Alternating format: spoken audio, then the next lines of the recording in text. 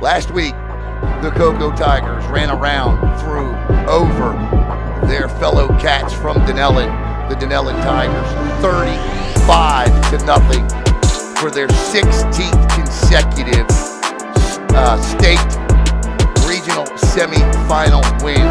Tonight, for the fourth time in 5 years, the Coco Tigers will host the South Sumter Raiders in the regional final. The winner will advance to the FHSAA 2S state semifinals. The road to Tallahassee continues tonight from Richard Dick Blake Stadium as the Coco Tigers and the South Sumter Raiders square off in the 2S Region 3 finals right here on Brevard Sports Network. Good evening, everybody, and welcome. I'm Alan Slaughter-Zinski, joined alongside my broadcast partner tonight, Logan Pettit. And Logan, the South Sumter Raiders come in at 10-1. They average 41 points a game. They 397 yards a game. They do everything that you would expect a dominating football team to do. But they come in here tonight significant underdogs to the Coco Tigers. Why? Because the Coco Tigers are just that team this year. They are the number one ranked team in the state of Florida. They throw the ball well. They are starting to run the football really well.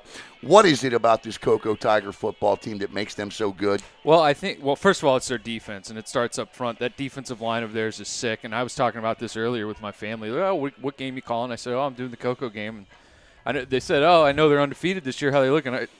I looked my mom and dad dead in the eye, and I said, listen, this might be the best high school football team I've ever seen, and it starts up front in that trenches. But you mentioned it, the running game started getting going. I mean, Tristan Lane, 798 yards and 10 touchdowns on the season. Yeah. That really opens up that passing game, and we know Hart can carve you apart. And when he has something that he can lean on, between him and Malachi Coney, they're rushing 1,000 yards this season. Yeah, I tell you what, you're absolutely right. It is in the trenches. When you look at that Coco Tiger starting offensive line, every senior or every player on that team returned this year. Jaquez Joyner, Xavier Solis, Jonathan Joyner, Damon Seymour, Messiah Robinson. This is an offensive line. They may have had a big Thanksgiving dinner yesterday, Logan, but tonight it's all about breakfast. 200-plus pancake blocks this year for that unit. That's a whole heck of a lot of flapjacks, Alan. That's not a short stack, that's for sure. Yeah, no doubt about it. As the color guard is on the field, we'll be doing the national anthem coming up in a minute. And Logan, the biggest question mark for the Coco Tigers coming into this year, there were two. There were one on the offensive side of the football and the other one on the defense. And we'll address both right now. On the offensive side of the football, it was sophomore quarterback Brady Hart. But didn't you call his breakout game against Venice? I saw him grow up. And yeah. I mean, he had a close one and a decent game the week before in Jones. But he came here and he had to go against a five-star cornerback in Charles Lester that Venice had. He torched him. I mean, he didn't look like a sophomore that night. He grew up before my very own eyes, and I think he's only gotten better as the season's gone on.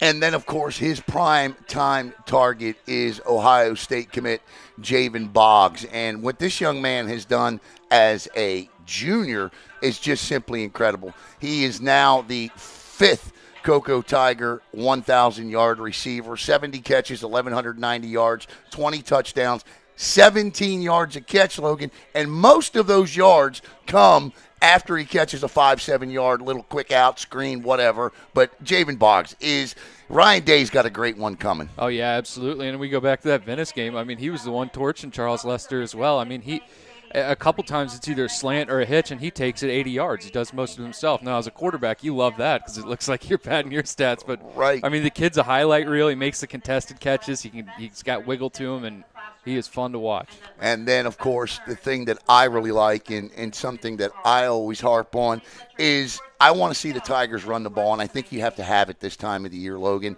And Tristan Lane and, of course, now Malachi Coney, those two have really begun to carry the football well. 1,151 combined yards and 16 touchdowns last week. Malachi Coney with 2 scores, Lane with 1. I love the fact that the Tigers are a bit more balanced heading deeper into November. And that's when you need it, is when you get into these playoff runs. If you can lean on both facets defense of the offensive side of the ball. That's going to help you out quite a bit. Last year, the Tigers were able to put the Bradford Tornadoes away. They had a difficult time throwing the ball in the second half, and Anthony Bridgewater put that team on his back in the fourth quarter and single-handedly, with the offensive line, of course, put the Tornadoes away. We want to thank our sponsor here tonight, and It's Games Are Us, and we simply cannot thank Seth Gibson enough. We're going to pause here for the national anthem.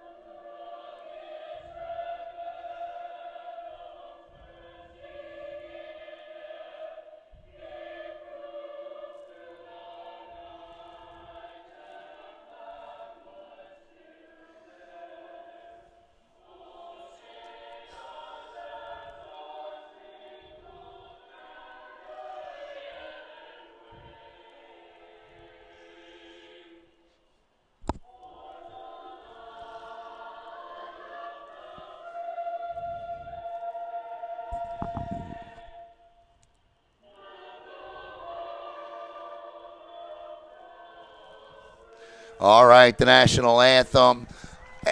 We've talked a lot about the Coco Tigers offense, Logan. Let's get into an area that you could talk nonstop about. You already have. You've touched on them briefly, but the 2023 version of the dark side defense, allowing just 9 points a game, 51 sacks, 135 tackles for loss, 104 quarterback hurries, 10 INTs. And listen, Logan, they haven't done this against an ordinary schedule. 5 of the teams on the Tigers' regular season schedule are all contending tonight for regional championships, and that's pretty impressive. Yeah, well, 51 sacks is just stupid, Alan. I mean, that's not supposed to happen like that. But when you got a defensive line like the Tigers, man, I mean, both of those bookends on the ends and the two up the middle. And you know, it doesn't get talked about, I don't think, enough, is those two linebackers they got patrolling the field in Parham and Hawkins. Those guys are both field generals out there. They're like the quarterbacks of the defense, and they really keep everything going. But that back end as well, it's young, but it's a very talented secondary as well. So they're loaded at all 3 phases of that defensive unit. Let's talk a little bit about the visiting team tonight, because they're a pretty good football team too. We threw out a trivia question yesterday at the Coco Tigers practice, Logan. This is the 17th straight year the Tigers have appeared in the regional finals. They're 16-0 in this game. The team that they have faced the most in this game is the team that they are playing tonight. This is the 4th time they will face South Sumter in the last 5 years. The closest game being the first game they played against them back in 2019, a 31-23 victory. Ever since then, Logan, it's been a running clock victory for Coco.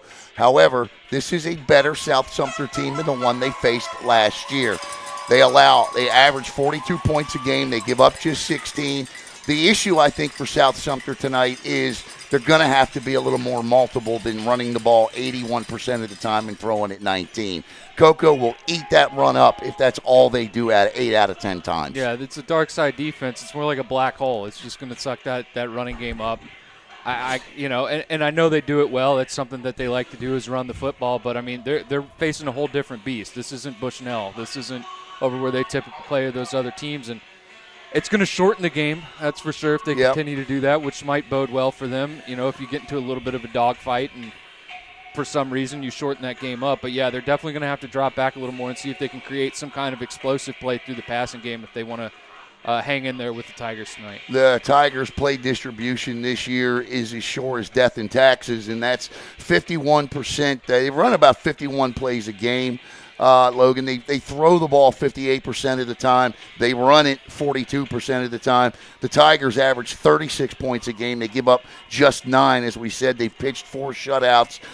So far in the playoffs, this South Sumter team shut down Titusville pretty well last week, and they put 44 points on the Titusville defense that averaged just 15 points, or allowed just 15 points per game. Yeah, and that's a big talking point going into this game. You know, that's one of the few common opponents they have is Titusville, and we know Coco played them tough, 28-3, I believe, in the regular season, but you also got to consider that they were down a head coach. You know, some other things were happening, and then, you know, you get in the playoffs, and the South Sumter team really took it to that Titusville team. But if you look back to another common opponent, that was Denellen, and, well, we know what Coco did to Denellen last week, and 35-0. 35-0, and South Sumter didn't do that. It was a nail biter. They won at the end of the season, 13-12. Yep, no doubt about it. Want to thank everyone for tuning in tonight, and this is a better team. And as Charles Bell will continuously remind us of, they are the alum of South Sumter.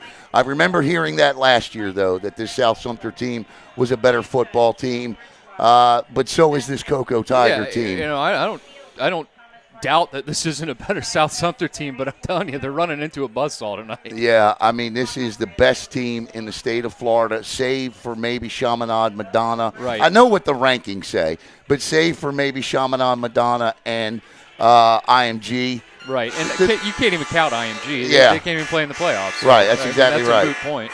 You know, I would argue the Chaminade, Madonna, but when you're talking Coco Tiger football, you know, a Title IX school, 950 kids, a 3.3 GPA for this football team. This is a magnificent program run by a magnificent coaching staff. It's led by Ryan Schneider. Schneider's in his 6th season here. Coach, there you see it already on the bottom of the screen, 61-15, 2 state runner-ups, and a state championship victory, and heading for number 2. Now, everybody's asking who the Tigers would play if they win tonight. Well, we don't know, because they will re-rank the Final Four, and then we'll know as we get set to go here on the road to Tallahassee, as one of my favorite all-time broadcasters used to say, Tallahassee. That's Keith Jackson. May he rest in peace. The Tigers win the toss. They defer as the Coco Tigers and the South Sumter Raiders get set to do battle here tonight.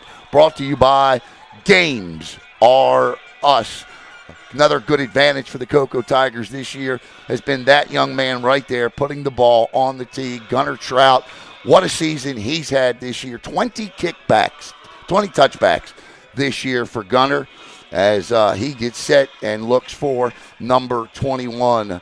2 Raiders are back deep, I believe, if my eyes, you got better eyes than I do. Looks like number 6 is back there for South Sumter. If that's the case, that's Jay Strawder. And we are underway. The ball will be fielded at the 5, across the 10, 15, and out to the 20-yard line. And the South Sumter Raiders will begin right there. A good open field tackle on the opening kickoff, too. That was Dante. That was Tyrese Keeler on the carry there, 26. Let's talk a little bit about this South Sumter offense. As we told you, they love to absolutely run the football. Now, they got a couple of guys back there that will throw it, and let's see who the quarterback is going to start off. I can't see his number, 14. But number 14 is Will Amons, and Amons going to throw on first down, and they're going to wide open.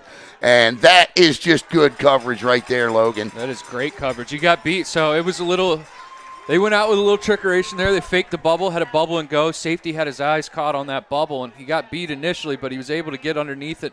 There's no face guard in high school football, so he's in phase there. He's able to get his hands up, doesn't make contact with the receiver, and turns what would have been a long play or a touchdown into a pass defender. He was wide open. He sure was. Amons turns, gives a little jet sweep here to the other side, and to the outside goes number 26, Tyrese Keeler, and Keeler will pick up about 7 or 8 yards here. And that looked like a Wildcat look. It looked like they had a different – I didn't get the number, but they had a different quarterback lined up there to take that. We'll give you the Coco starters coming up here in just a second. Here's a jet sweep to the other side. Logan, number 9. He's going to – oh, he gets stopped short. There. Looked like he had it. And Kyrian Turner shut down, and that'll bring up 4th and 2, Logan. And what do you do here? You got to punt. In this situation, I mean, I'm not a really big proponent of punting, but it looks like they're going to bring them on. Here's the thing. You can't exploit the margins on this Coco defense. You might hit one for like 9 like they did on 2nd down, but eventually there's so much speed on this Coco defense. You got to run right at them if you want to have success in the run game. You cannot try and stretch that out because they're going to keep stretching you out to the sideline, and then boom. You're not picking anything up. I'm going to say this. I like the game plan they came out with. I really do. I like the throw down the field on 1st down. I like the 2 jet sweeps. But the bottom line is this is a different type of team you're playing here, and that's a bad punt that's going to be fielded at the Tiger 40. We'll give you the starters. I don't know the starters for South Sumter. I apologize. I emailed, asked, never got them. Here are the starters for the Coco offense. Quarterback will be Brady Hart. Running back, Latrice Lane. Your wide receivers, Boggs, Bragg, Teeter, and sometimes DJ Bryant. That offensive line, Joyner, Solis, Joyner, Seymour, and Robinson. Here on 1st down, the Tigers usually like to open it up. They may look for a jet sweep here. And if it's not there, look for them to throw the ball deep down the field here. Lane in motion. They go to Boggs on the near side, and Boggs, they want a flag. The referee nearly went to grab it, but look, you can't throw a flag like that. I think if Boggs fell over, he would. Yeah, he would have got it. 2nd down and 6 now on the quick out to the Ohio State commit. 1,191 yards. The lane train, says our good friend Jim Williams. And Ryan Schneider. Oh, no. Catastrophe as the ball is. Oh! And you know what? Brady Hart is hurt. Yeah, he is. Brady Hart is hurt. And the Tigers. No, he's getting up. He's limping, though. And that snap went over his head. And the first break of the night goes to South Sumter, Logan. Yeah, it does. Snapped right over his head. He wasn't ready for it. And little adversity here for the Coco defense. I'd like to see Hart just fall on that and live to play 3rd down instead of trying scooping it up. But, hey, here we are. Now you got to really bow up if you're this Coco defense. Brady Hart now. Holding his hand. He limps to the bench, and they're going to look to see what happened. He was looking at Ryan Schneider. Schneider was changing the play, and right back on the field comes South Sumter. Turns, gives, nowhere to go for that rushing attack. They're not going to rush for 280 yards tonight. That's what they average per game. And checking out was the 2nd quarterback they used, Taylor Keeler. And checking back in is going to be number 14, Willie Amons, here on 2nd down. Both of these teams run the hurry up. Want to thank Seth Gibson and Gamers R Us. Big Black Friday sale. The give is to Keeler. And he is stacked up inside. Yeah, we talked about it. I mean, we said on the earlier they're not going to be able to run on the edges against this defense. Too much speed. 3rd down and 9, Logan. And they're trying to go up the middle, which I think is the right play, but too much size in the middle. Yeah. So running the ball is going to be challenging. I think if you got play action, might want to dig into that. Right here would be a good place for it. And a little faux play action, throws to the outside and incomplete, and that's going to bring up 4th down. And quickly, you wanted this Coco Tiger defense to step up. That's exactly what they did here. Let's see what we have from a field goal perspective here. Yeah, we're going to find out what this kid can do. This is a decent linked field goal. I mean, right around the 20. It'd be 37 yards. 37 yards, yeah. 30, maybe 36. Looks like it's on the 19 maybe. Trinity Christian 7-0 over MCC first quarter, and lining up to kick the football. Here we'll back up a little bit so you can kind of see the goalpost as well. Like you're going to be able to tell anyway. You're not. No wind. We can't tell from here. Number 81 is the kicker, and that's Jose Armas. Oh, that's a bad snap. Did he get that? No, it's wide left, way wide left. And the Coco Tigers, no harm, no foul, will take over. Let's see if Brady Hart comes back out with the offense. It looks like he hopped up off the bench. He is, no limp.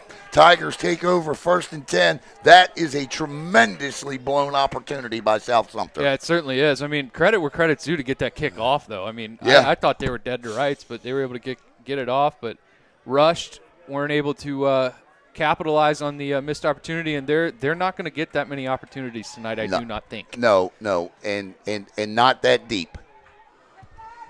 So it's 1st and 10 for the Tigers from their own 20 following the 3-and-out and a missed field goal, and their defense looking pretty good too. And throwing Latricia Lane down there was number 5, Stanley Young, the junior, 5'11", 162 pounds. Lane picks up just 1, and it's 2nd down and 9. Right now, correct me if I'm wrong, Logan, offense seems a little out of sync. So far, I mean, it's early. Only the second real play that they've ran. But you know me, I'm a panicker.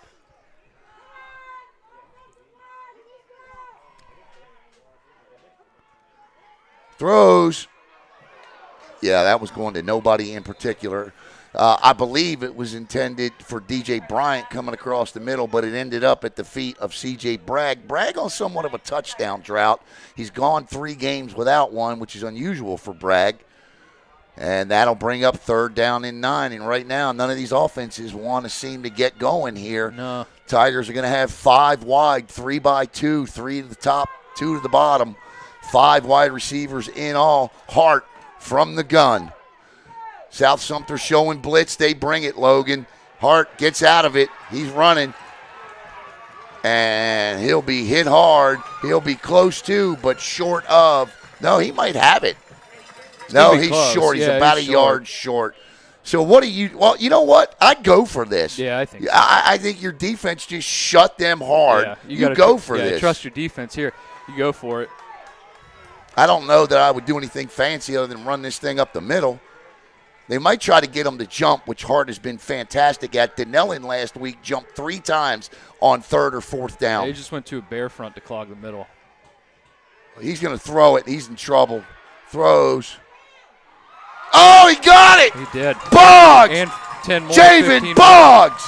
Draped all over him. He got the flag as well. That's going to extend that even further. What a catch. Unbelievable catch by Javen Boggs.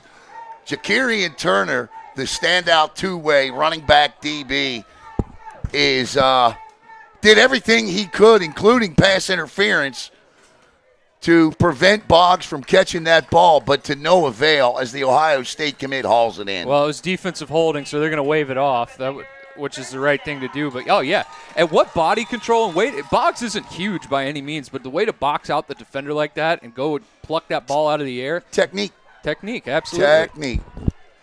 1st and 10 from the 47-yard line. Little screen of Bryant. He'll pick up 3, forward progress 2. Be 2nd down and 8 for the Coco offense. Easy peasy lemon squeezy. And I don't mean it's easy. I just mean easy does it down the field. They pick up 1, 2nd and 9, Logan. Yeah. I think South Sumter had numbers out there. Boggs did a good job blocking out on the perimeter, but you had an overhang and a safety run that alley. It does look like – oh, what a throw. What a catch. He put that ball just a smidge out of Boggs' touch, and there Boggs shows you these terrific hands. Those hands, yeah, they've got to be huge, the way he can just snatch the ball out of the air. And lucky they got him to the ground because that's where he makes his plays, those quick little glance routes, and he's able to take them 60 yards. 1st down. Catch was better than the throw. 1st and 10. Hart looks, fires down the field, and over the head of his intended target, Javen Boggs. The thing Hart's got to do here, this is a good football team. Eventually, they may figure out how to maybe limit Javen Boggs. He's got to find the rest of this wide receiving corps got to step up tonight. Yeah, they'll come open eventually once they kind of get the picture that, hey, maybe we should bracket 5, but it's not like he's not, lapsed for talent in that receiving corps. No, he's not. Nicky Teeter, since he's come back from injury, has had some outstanding games. 2 by 2 with Latricia Lane to the left of Hart. 4 down linemen, 2 linebackers. Play action. Hart throws wide open across the middle. Hart overthrows DJ Bryant. It is raining pretty good right now. Not bad. Not a bad weather evening considering that there was 0% chance of rain today. Yeah, well, there's a 100% chance it's raining right now. That's correct. 3rd down and 10 now as this is obvious 4-down territory. The line for Gunnar Trout is about the 27. About 44 yards is about his territory. They got a couple more yards to go before they would get there. Hart looks, fires, throws, and nobody's home. Right now, Hart is not playing, not very accurate right now. No, he's been high and inside on a lot of those throws. I mean, even the one that Boggs catched, it was a little bit high and behind him. Yeah. The one to Bryant right there, and then the play before that as well, high and inside. You know what? I know a lot of people are going to say, what are the Tigers doing? But I actually like this call to try to pin them and flip the field really deep into the Coco territory. Well, yeah, if you were going to go for it on 4th down, you wouldn't have ran the play you just ran, I don't think. That's a great punt. And he's got to get down there, though. Oh, what a play. What a play. They're going to down that on the – he says a touchback. Yeah. It may have hit the goal line, but that was a great effort. Heck of an effort. Yeah. So it'll be 1st and 10. Now it turns into a 17-yard net, but – it'll be 1st and 10 at the 20 for the South Sumter offense, who has done absolutely nothing to this point. Yeah, they're kind of insane. At least we've seen Coco move the ball a little bit. And to be fair, they had that shot play drawn up on their opening play. It just got covered up. And maybe they can find something here, although when you're inside, your own red zone, you get gifted an opportunity and you don't capitalize it. 80 yards is a lot tougher than that. Amon's the back. He had trips. Oh, look at this. This is just ridiculous. What a play. That's Hawkins, too, just coming in there like a bullet. Yeah. Just triggering downhill. That's what you want to see in a linebacker. Samadre Hawkins, team-leading 116th tackle this season. And I'll tell you what, for the Coco Tigers as a team, they're 136th tackle for a loss. Goodness. That's a lot. Yeah. A lot of people ask Matt Diesel why he wanted to come be the defensive coordinator at Coco and not a head coach someplace else. Well, there's your answer.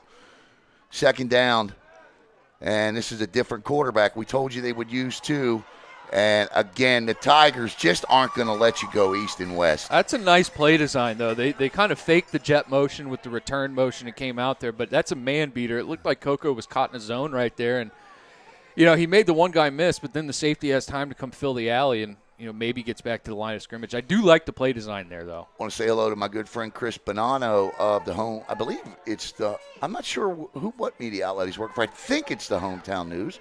But Chris Bonanno, straight up the gut, that'll go nowhere. And just like that, Logan, It's 3 and out again. Yeah. 3 and a mile, too. Yeah, right. 4th down and forever. I'm not sure what the game plan is here for South Sumter, but that ain't it. I like the 2nd down play call, and then you went to a real uninspiring look. I mean, it's 3rd and, forever, and you're going to go to a heavy look and just run a simple trap. I don't know. Denellen last week, I'll give them credit. They stuck with what got them there. To me, South Sumter's more talented than that Denellen team was. And we saw in that first series, they're capable of throwing that ball down the field. That's a nice punt. And get away. And it'll be downed at the 47. And that's where the Coco Tigers offense will try to somehow get jump-started. And, again, we want to thank Seth Gibson and Gamers R Us, located at 801 Dixon Boulevard in Coco. I'm telling you right now, if you've got that gamer in your life, this is the place to go. I mean, you can check out their Facebook page, and there you see you can go to gamersrus.net and check them out on Facebook at gamersrus06. They do an incredible job. They had a great Black Friday sale today. Logan, did you get out this morning and hit the stores? I left that to my wife. Did you? I sat on the couch. It's still weird to say I left that to my wife. No, I've gotten used to it. Have now. you? Yeah, Okay. I've gotten used to it. Okay. Back to the Gamers R Us. They've got the video games, but trading cards are making a big comeback. Yes, they are. They've got trading cards. They got them all, well, buddy. So, there's people making tons of money on TikTok and stuff like that, just opening up packs of trading cards. I go, where was that when I was a kid? I'd be set for life now. When I was never mind. When I was a kid, we didn't have face masks. 1st and 10 for the Coco Tigers. Ball at the 48-yard line. 4:33 to play in a quick-moving first quarter right now, and a little bit of a deluge coming down. That's a false start, and Coco got lucky on that one because that was certainly a false start. They've gotten away with a couple of those, that back kind of just creeping up a little bit. That one was a little bit more egregious as it looked like they brought in a defensive lineman, Cedric Walker, to play that fullback position. And yeah, he definitely went early. Or is that 50 or 56? Maybe it's Wells. Could be. He's big. He's not there now. Yeah, you don't typically see people that size in the backfield. And we're going to get a timeout, or no, we're going to get a false start. Scooter false starts the Tigers up, and it'll be 2nd down and 12 after a gain of 2 on 1st down. Out of sync, just absolutely out of sync. I want to say hello to Jim Williams tonight.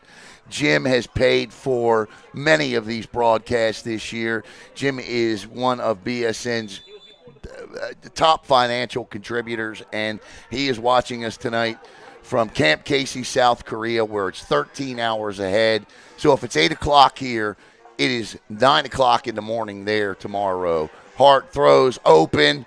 That's good timing. That's just outstanding coverage there by number 13 that's Dory Gibson, the cornerback. He leads the team with 3 interceptions, nearly had his 4th, and it's 3rd down and 14. Yeah, kind of hung him out to dry a little bit there. You'd like to see him kind of put it more towards the middle of the field and let him run underneath it. Kind of gave the safety an opportunity to go make a play on that ball. And we said it on the last drive. Hart looks a little out of sync right now. Yes, he does. 3 by 2, 3 at the bottom, 2 at the top. Number 7 that's Malachi Boone. He's one of their top defenders. Big young man, too. Good football player. Showing blitz. He backs up now.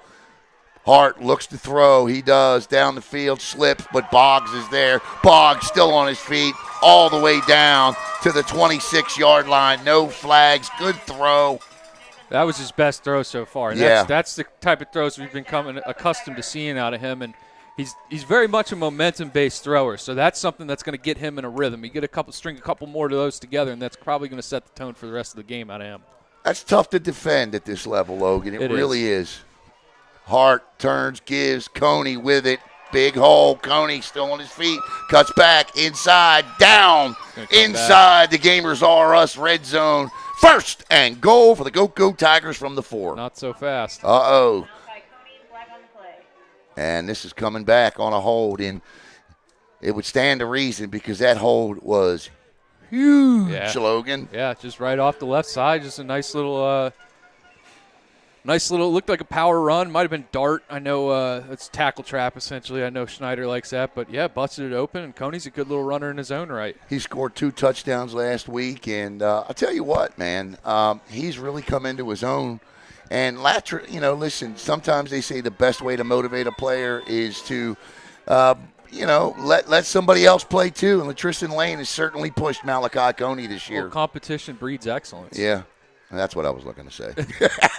Throws, caught, Bryant, across the middle. That's a great pitch and catch. They'll get the 10 yards back. Remember, in high school football this year, holding is just a 10-yard penalty from the line of scrimmage. It is not a spot foul. Yeah, picked up about 12 there. They're really exploiting them on those in-breaking routes, whether it's a slant or kind of a glance, like skinny post, but they've been running the heck out of those so far. They definitely saw something on film. Straight up the gut and in for a Coco Tiger touchdown is Malachi Coney. And with 2:47 to play in the first quarter, 6-0 Tigers, Logan. What happened there? Well, it was just a matter of time. You got Hart in a little bit of a rhythm. That opened up the run game a little bit, and that was the play that they ran earlier that got called back from the hold. They just ran it to the other side. Good block. Coney's got another gear. He hits that second level, and not anybody that's going to be able to catch him at that point. For Malachi Coney, it is his 3rd touchdown in 2 weeks. On for the extra point is Gunnar Trout. He has hit 50 of 53 this year. Snap is good. The hold is up. The kick is blocked. I jinxed him. That's an outstanding job right there by number 9, Jakirian Turner, to get in there and block that. And with 2:47 to play in the first quarter, the Coco Tigers have taken a 6-0 lead. And that's the balance we were talking about, being able to run and pass. They were hitting those shots, those kind of inside in breaking routes. They were hitting those up. That opens up that running lane because now you're going to have to spot drop to take those away. And when you do that, that allows you to run a little bit more effectively, and they figured that out. Marcus asking me where the T-shirt is. We got to get it made, Marcus. Come on, man. Let's get it made. Hit me up on Facebook. Hit me up in Facebook Messenger. I'll give you my phone number. Let's get some T-shirts made. Come on, man. I'll give them out for nothing. Touchdown, Coco Tigers. I don't think that's going to be the last time you yell that to me. Well, I hope not. Yeah. And listen, if you're watching from South Sumter, I do appreciate it. We try to deliver as, what's the word, impartial? Yeah. Impartial of a game as we can. But it is the Brevard Sports Network. But, we do pull for the Brevard teams. But if you guys make a good play or a touchdown, we'll certainly shout it out too, like this here. Look at this run back, straight up the middle, all the way out. Trout? Yeah. How about Trout sticking his nose in there? Yeah, that's number 3 for South Sumter with a great return, Jamari Dorsey, the 5'9", 177-pound senior. And South Sumter with outstanding field position, Logan. You're right. Gunnar Trout don't make that tackle. Dorsey's gone. Yeah, he's gone. That's for sure. Good job. I mean, the wedge was set up. He was able to kind of follow that wedge and then bounce it. And like we said, Trout wasn't there. We're talking about 6, an equalizer. And maybe go ahead. Yeah. 2:37 to play here. Now, this is not Amons. They have brought out this time Taylor Keeler, who is the brother of Tyler Keeler, and he play action throws. Nice throw down. He's wide open, caught. And this is going to be first and goal for South Sumter. What a play action. What a pitch and catch. Beautiful pitch and catch, running wide open. Safety had his eyes in the backfield, bit on that run fake, and, puts it right on him. That's the play they ran to start the game with Amons. He didn't hit it. That time they bring in Keeler, the younger brother of Tyler, and he threw a strike. Mm-hmm. Yeah, absolutely. And similar play, little play action, pitch and catch, and safety, defensive backs. You got to keep your eyes out of the backfield because that's exactly what will happen. Amons gives, and they'll stack him up. It'll be second down and goal for South Sumter now. I did not get the number on the young man that caught that ball, but he was 10 yards open, Logan. Oh, yeah, wide open. 10 yards open. Good recovery to make the touchdown. I thought he was going to score. I thought he was too. So this is second and goal now for South Sumter from the Coco 2, looking for the equalizer and the go-ahead. Wishbone formation, turns, gives to the deep back. Touchdown! South Sumter should be in. How is he not? He is. Touchdown, Raiders. And Logan, in 1 minute and 11 seconds, South Sumter has come back to tie it up. Yeah, mental lapse leads to that. You can't let up. You can't get caught in the backfield. You can't watch what's going on. You got to trust your keys, read what's going on. Otherwise, big plays will happen. And in a playoff game against a good opponent, you can't let them have those big plays. Nope, 19% of the time they throw the ball. When you execute like that, that's what stuns you. Yeah, absolutely. And now, barring something crazy, you're going to go ahead 7-6. Yep. The snap is high, the hold is down, the kick is up, and somehow, some way, it gets over the bar. And the South Sumter Raiders, for the first time all season long, there's a flag down, though. Stop the presses. This could be against Coco on a leverage penalty here.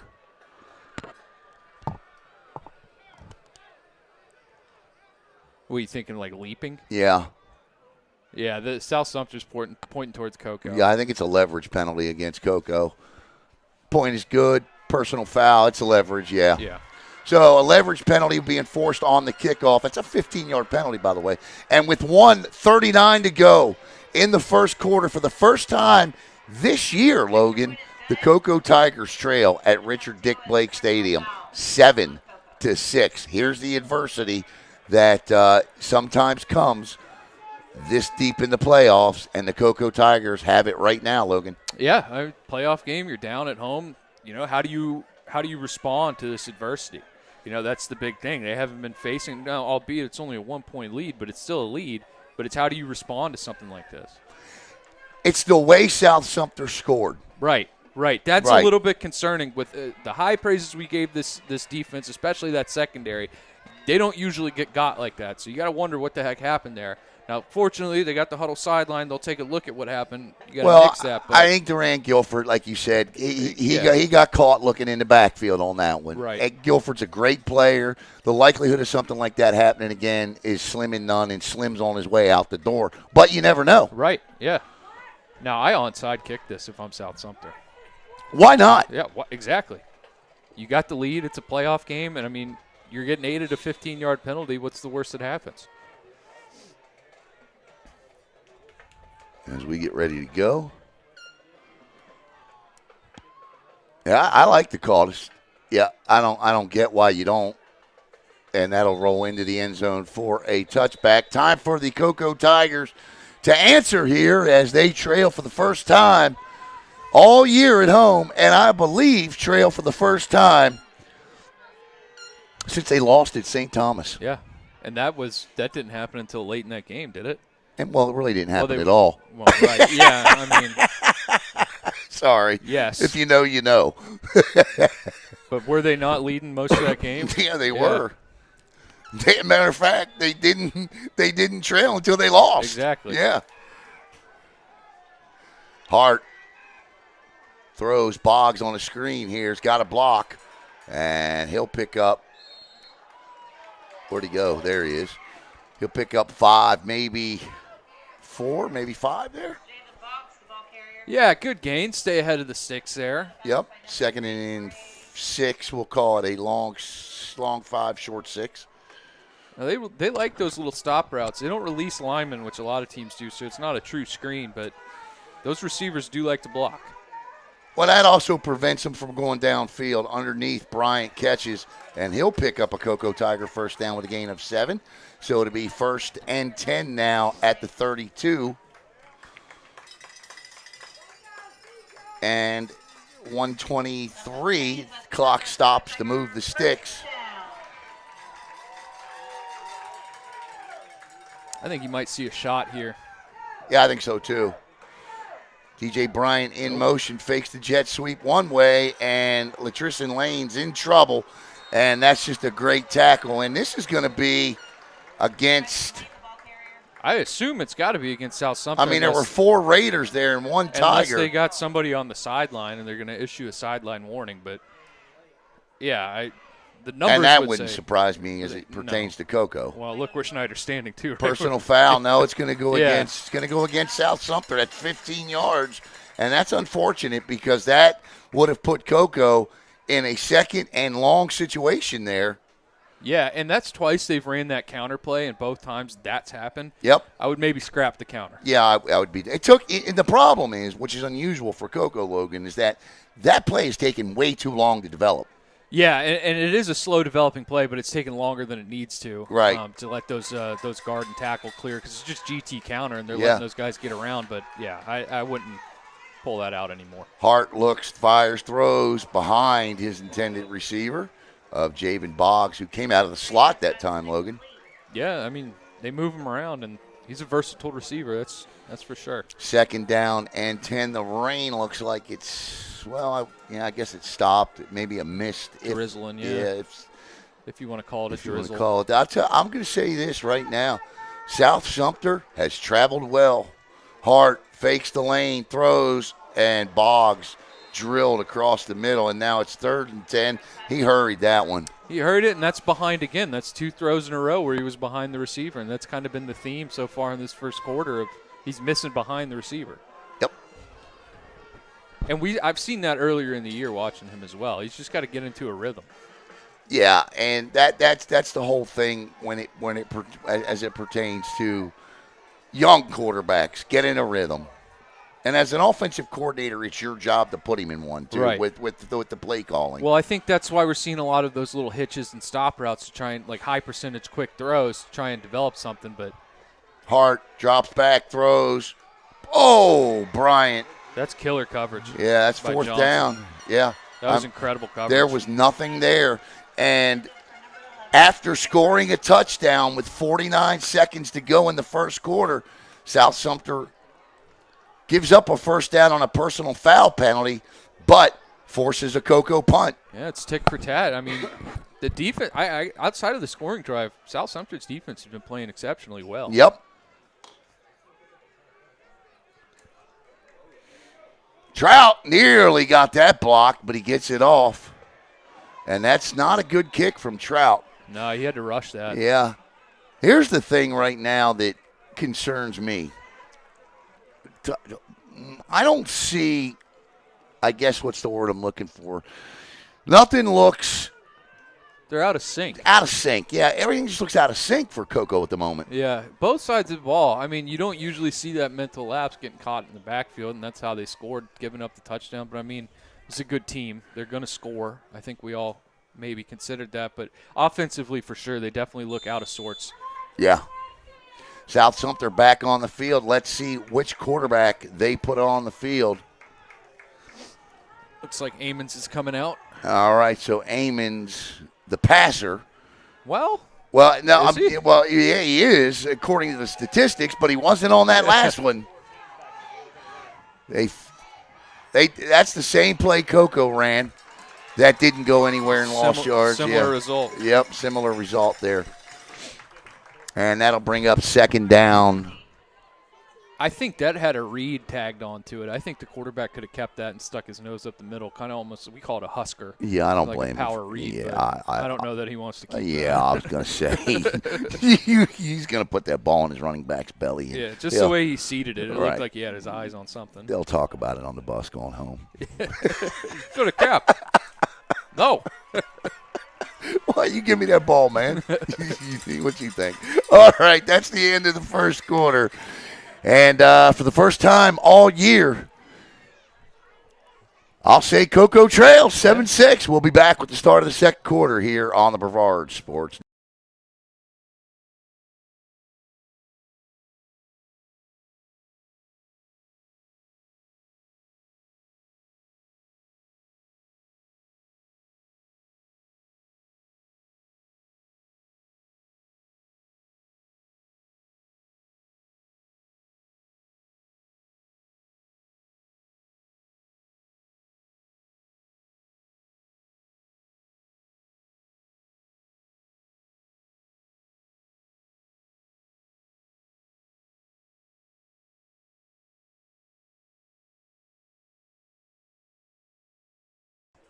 All right, if you're South Sumter, the goal is one quarter at a time. So right now you're 1-0. And that's how you look at it. You want to come into Richard Dick Blake Stadium and beat the Coco Tigers.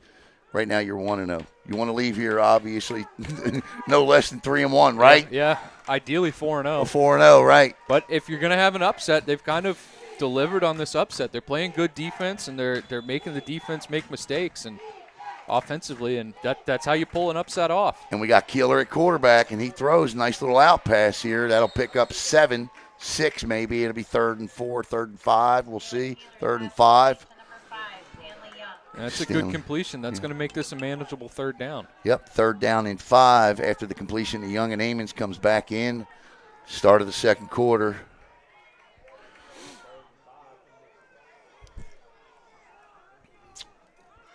Coco right now with 4 down linemen.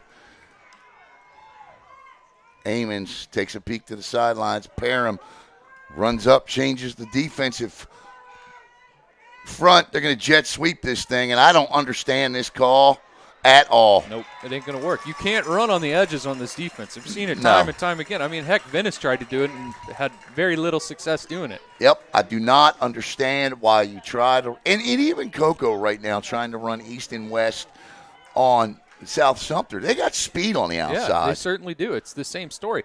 And I'll tell you what, I saw it on that counter play, and on the play they just ran, that's a power read. That quarterback is able to keep that ball. And he had the middle that time. I think he should have kept it. Yeah, he should have kept that.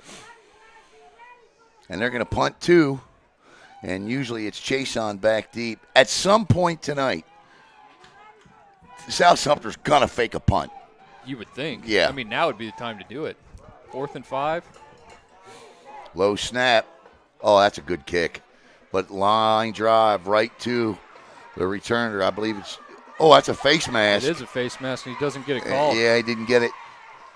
At least a hand to the face on Nicky Teeter, but he does not get it. Well, and you know what? The official's standing right there, so he obviously may have touched the top of the helmet because I'm sure if he grabbed it, he'd have called it. He would. Sure. How could he have missed that? Right. I mean, we're up here. Yeah. Down there. Who knows? 1st and 10 at the 25. And here comes Hart and this Coco offense, which has, outside of the Malachi Coney touchdown run, hasn't produced very much here tonight. The middle of the field's wide open. It is, and they've been exploiting it. They just haven't been able to connect. I don't like this. Nope, hate it. That's a block in the back, not called. Coco got away with one on the block in the back. Fans are going to want a penalty, but that's not a penalty. It's not a penalty because he got held up by another Right. player. If that was just one-on-one tackling and he slung him like that, he might have gotten it. But the refs have been keeping the flags in their pockets, letting the boys play tonight, which I kind of respect. I like it this time of the year. 2nd down and 7. See, that's what it was. Straight up. Get to your bread and butter, inside zone, dart, power. You know, the stuff that you typically run. Don't try and get fancy. Now you're 3rd and manageable. And I'd go back to that same play. Yeah, I would too. Latricia Lane right there, and what I don't want to see here is a screen to the outside. And they do, and that's exactly what they do. And Latricia Lane has that 1st down and much, much more. Still on his feet. And Latricia Lane all the way out the midfield, Logan. I'll tell you what, this is a Coco staple. It goes back to Keziah Holmes and the likes of them. Chevelle Bowie. They've got that dead leg down here where they just put their foot in the ground and the defender runs right past them and then they get back up to top speed. It's something that they just run the heck out of here at Coco. It is a reason why this team has won 16 straight regional championships. Sure. And now they're running the ball pretty effectively. 3 yards, you'll take that. Stay ahead of the chains after a big run, and I like that. 2nd down and 7, and they are riding the back of the sophomore or junior Latricia Lane right now. 2nd down, and they give it to him again, and again, he's forward progress. Should give him a gain of at least. That's a terrible spot. Yeah, that's horrible. I mean, he was up around like the 40-yard line, yeah. And that was dart, and the tackle gets around and delivers a nice block. It's just somebody missed on one of the linebackers. 3rd down and 7. It'll actually be a loss of a yard here. And it'll be a 3-by-2 set, 3 to the top, 2 to the bottom. Hart takes a peek. I love a hitch route right there in that empty spot. Nicky Teeter, Nicky straight Teeter. up, turned right at the sticks.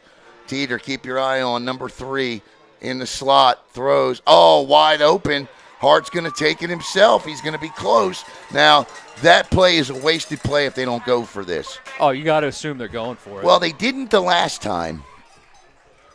That's true. They didn't, but 4th and 2. Yeah, they're going to. Yeah, they're going to go right for. I don't like the fact there's not a back in the backfield because they don't have to respect it. There. Oh, there's your hitch. And that's Teeter for a 1st down. You know, the draw set that up. They Yeah. had the same formation, that empty set, and they got the same look defensively. And I actually like that sequence there. Run the draw, pick it up, and that way you're not running an 8-yard stick. You're running a 3-yard stick, and you're picking up the 1st down. It's a little shorter. Yeah, good sequence there. Good sequence of play calling. 1st and 10 from the 35-yard line for Coco. As they are driving here with 8:44 to give is to Malachi Coney. And Coney will pick up 5, 6, 7, 8, 9 yards. Still on his feet. They'll blow the play dead after a gain of 9. It should be 2nd and 1 for Coco. And this really opens the playbook here. Yeah, they're starting to run the ball really effectively now. And now South Sumter's really going to have to start respecting that. Everybody's getting involved. We saw Hart earlier. Now Coney's already got the touchdown. Lane running the ball well. 3 to the near side. They give to Coney and a quick little counter. He'll have a 1st down and more. And Coney is running violently well. Yeah, I saw him last year, and I mentioned that last year. He runs the ball very violently. He's a sawed-off back. He doesn't have the speed that Lane has, but he's got the power to it. Now, he's not slow. I'm not going to say that. But he's much more physical as a runner, whereas Lane's going to make you miss, and he's going to pick up those tough yardage, as you've seen in those last 2 plays. Coco here, 1st and 10, 2-by-2. Oh. What happened there? The snap never got back. Now, shouldn't that be a snap infraction? I would think it would be. If It the never- center can't end up with the football, that should be South Sumter ball if they came up with it. That might be South Sumter football. It very well may be. And There's a flag, and there comes the snap infraction. That's got to be a snap Yeah. infraction. Yeah, you got to let go of it, young man. Yeah, you can't end up with it.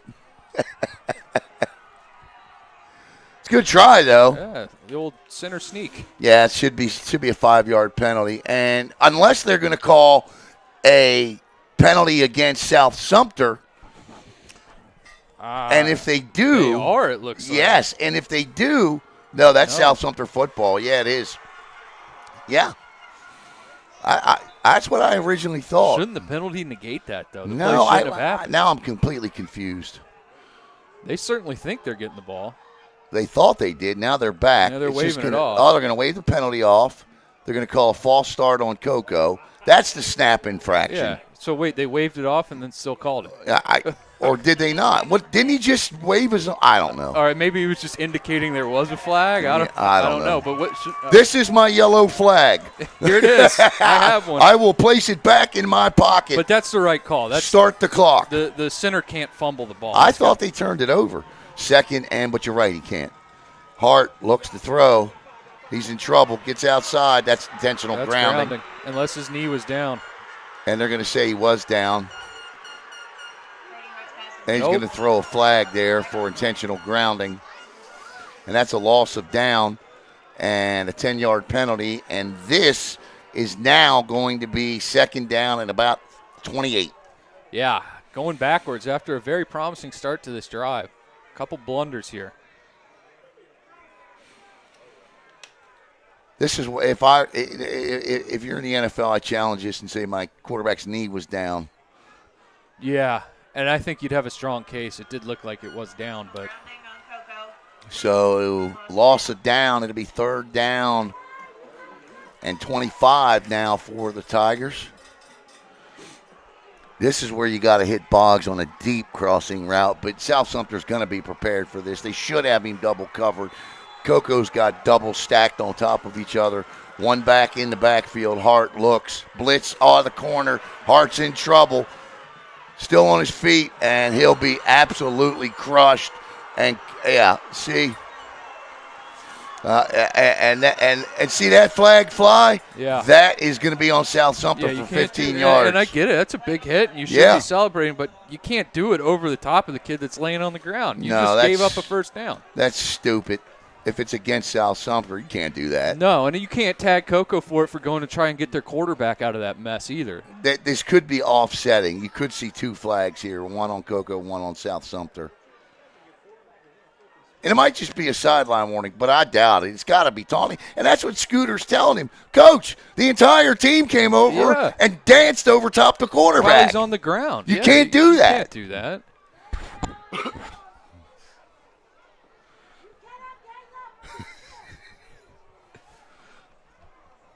The Coco faithful agree. Yes, they do, and it is against South Sumter. This is a huge, undisciplined penalty in a big situation. Yeah, can't have that.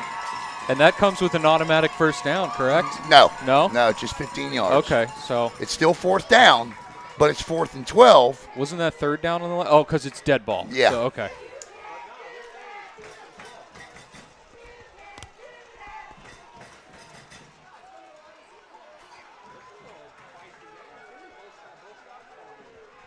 Now, if they don't make it here, you say, all right, They're pulling guys. him off the field.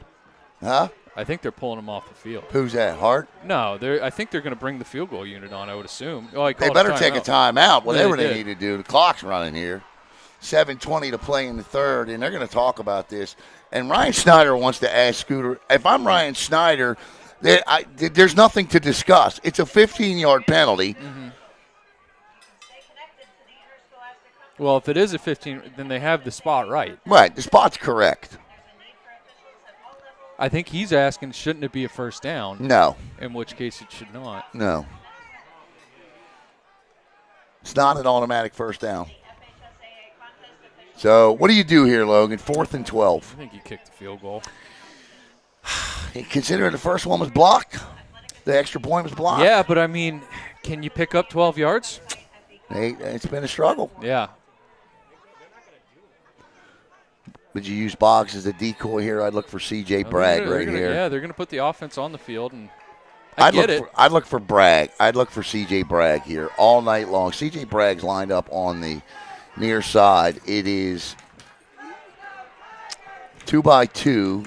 Boggs is split to the far side, outside. DJ Bryant, Nicky Teeter in the slot near side with Bragg.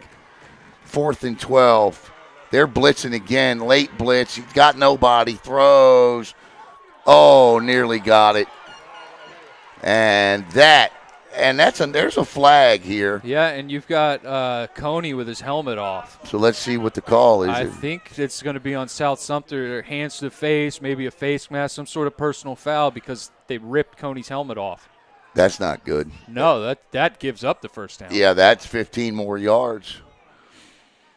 I would assume that's what it is. Cut Malachi Coney, and if that's the case, Coney wouldn't have to come off the field. Well, now it looks like it might be on Coco. I don't know what on. I just saw a helmet go flying. I did too, and it was Malachi Coney's helmet.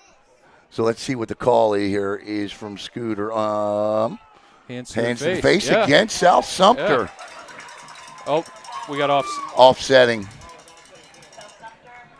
So it'll be South Sumter football, 1st and 10. And Coco fails to convert 4th and 12, and with 7:13 to go in the first half, the Tigers trail it 7-6. What was the flag on? Coney retaliated. It was retaliation. Yeah, he retaliated. You can't do that.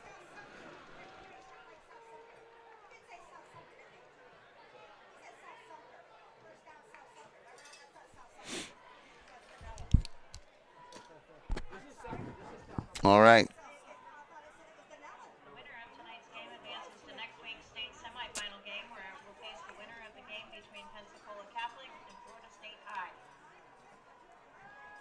What did she just say? The winner of tonight's game is going to play the winner of Pensacola Catholic versus Florida State High. I don't think that's true. I don't know. I believe they reseed after the regional finals.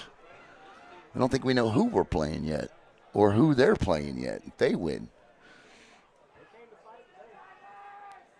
I suppose there is a chance that you would play the winner of that. Sure. Those 2 games. Sure.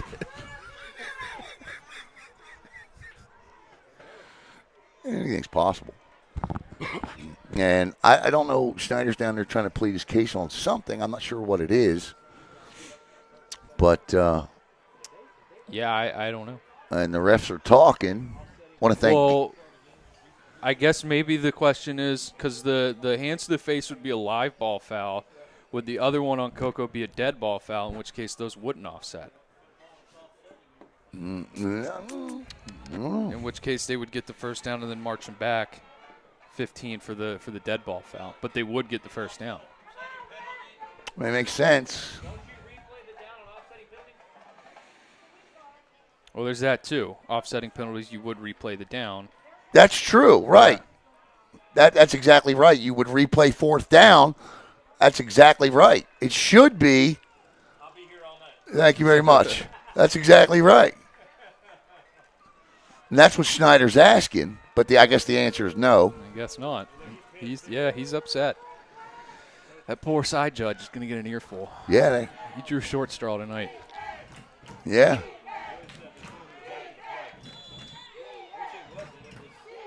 All right, here we go. And this is the quarterback that threw the touchdown on that little screen inside, and the ball's out. It's incomplete. Incomplete, yeah. Okay. That was a well-read screen, though. I believe that looked like 2 that came in on there. Josh Brown blew that screen up and had a chance at an interception on it.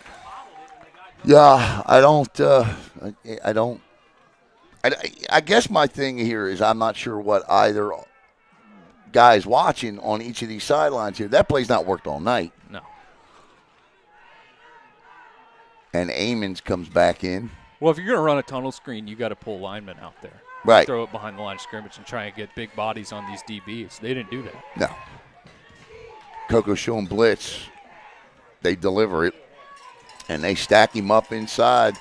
And it'll be 3rd down and 10, maybe 11, 6:55 to play. This is bare knuckle football right here. Yeah, they got in the old wing T. Yeah. Yeah, South Sumter's come. Let me ask you this, and we'll probably anger the South Sumter fans watching tonight, but from the other side of this equation tonight, this is about what I expected from Coco defensively tonight. That's not the first time, a couple of weeks ago against Eustis, the same type of play happened, late in the game where Eustis scored a touchdown. But, is it more Coco and what they're not doing offensively, or is this more of what South Sumter is doing? Well, sacked. To be honest with you, Alan, ball came out. Ball's out and picked up, and that's nearly a first down.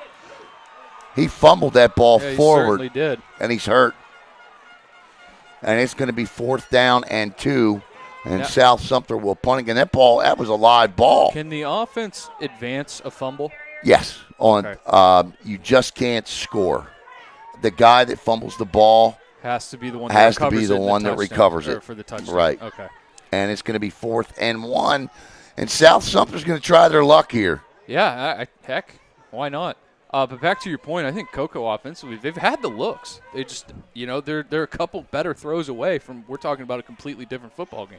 4th down and inches, and here would come the version of what I'm still uncomfortable saying, the tush push maybe. They may try and draw Coco off here and punt. Well, they're going to come out in a wing T look. Yeah.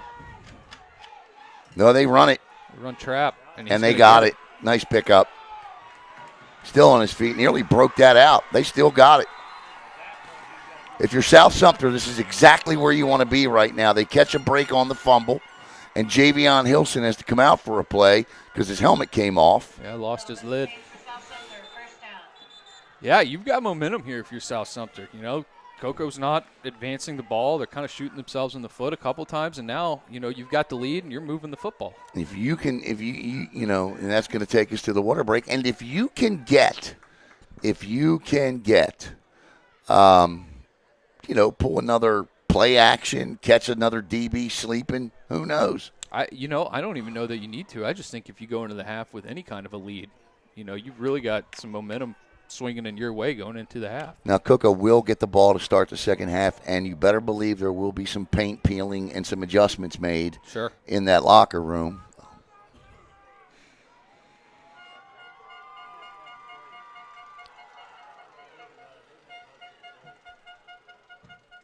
$5:11 to play.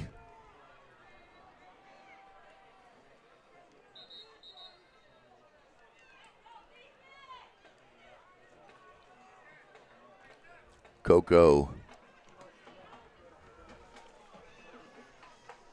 trails this one 7-6. A reminder that no families will be permitted on the field after the game.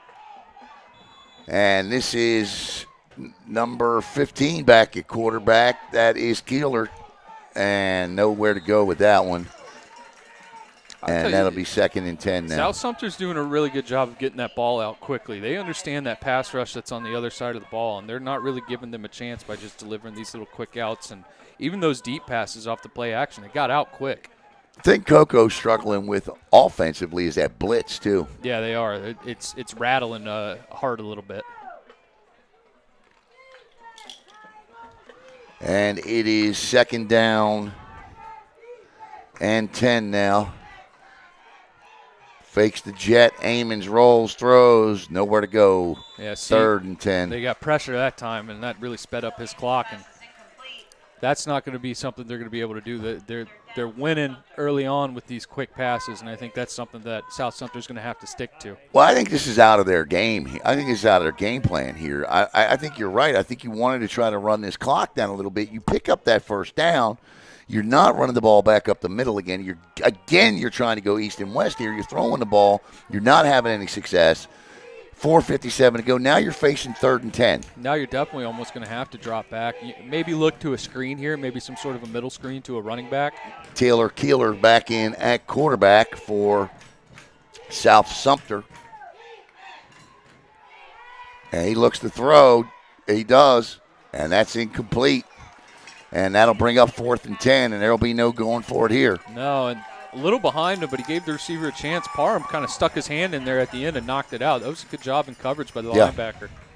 And again, I almost feel like we're watching all these punts, you know. Yeah. I don't know if you watched the Iowa-Nebraska game earlier, but it was a punt fest. Well, I don't think you would expect anything different there. The under hit, and the under was set at 24.5. Are you kidding me? Nope, final was 23 total points. Oh, my goodness gracious. 13-10. That's 24-point under hit. Big Ten West football, baby.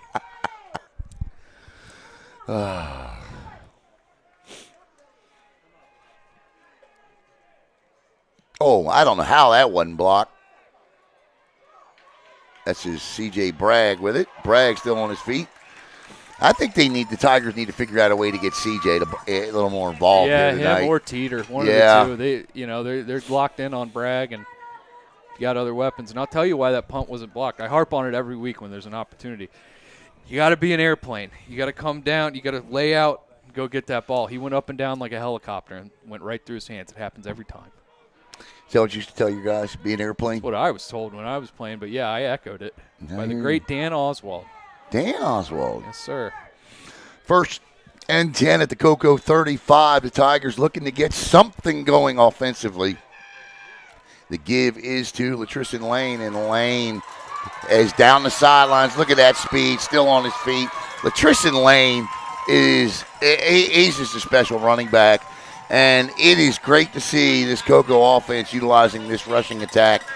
They're going to say, where are they going to say he stepped out, though? It looks like. They're going to say at the 46. That's a 1st and 10. I would rely on that offensive line to continue to blow them up. Yeah, they're getting looks running. And there you go back to it. That was that counter play again. Yeah, same play. Same exact play. Oh, gosh, dang. His poor lineman tackled him. I know. That's the same play they ran 2 times in a row.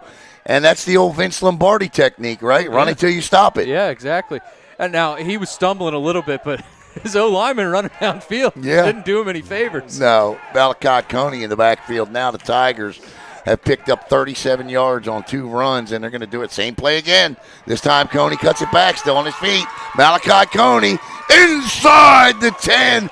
1st and goal for the Coco Tigers. Yeah, you know what they said? The passing game hasn't been here so far tonight, so let's just run it right down the throat. Yep, and I like the hurry up. This feels like a Coco Tiger rhythm offense. I agree, and I like what they're doing, spreading the defense out and running inside, kind of giving themselves a look. Now they're going to bring in a big man here.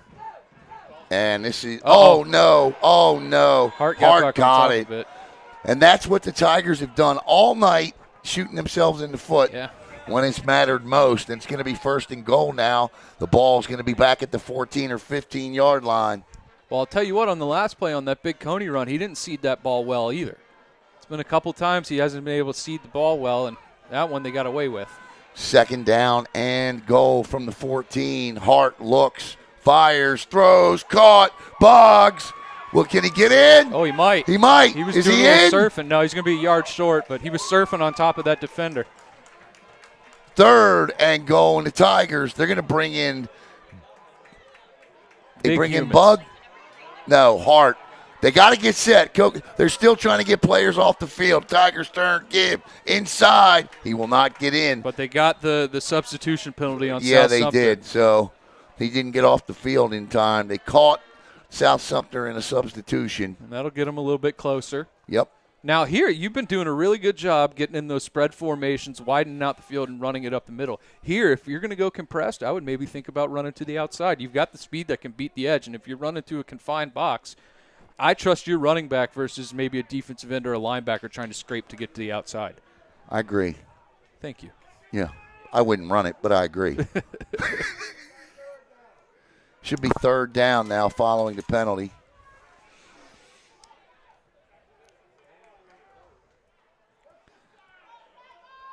Coco with Latrician Lane, Brady Hart. I can't see the young man who's in front.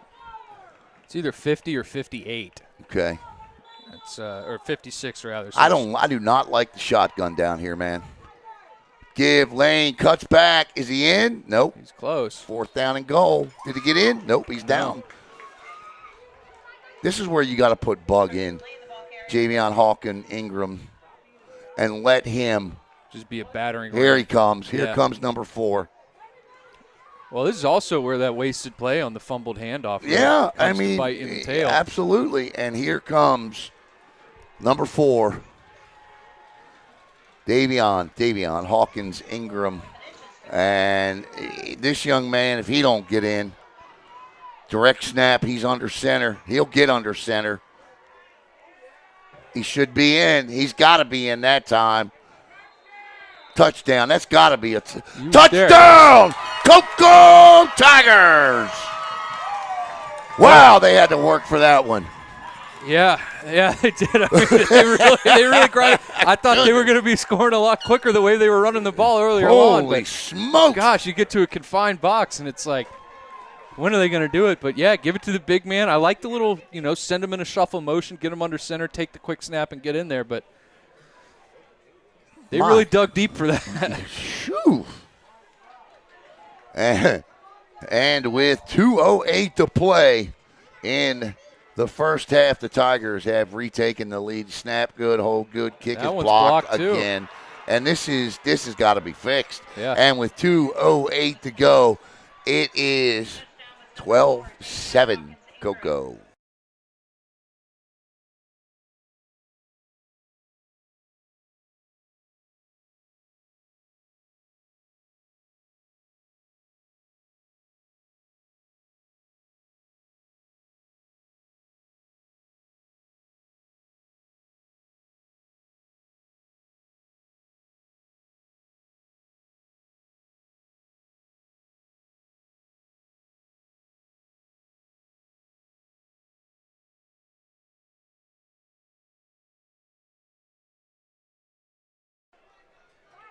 Just 3 missed extra points all year.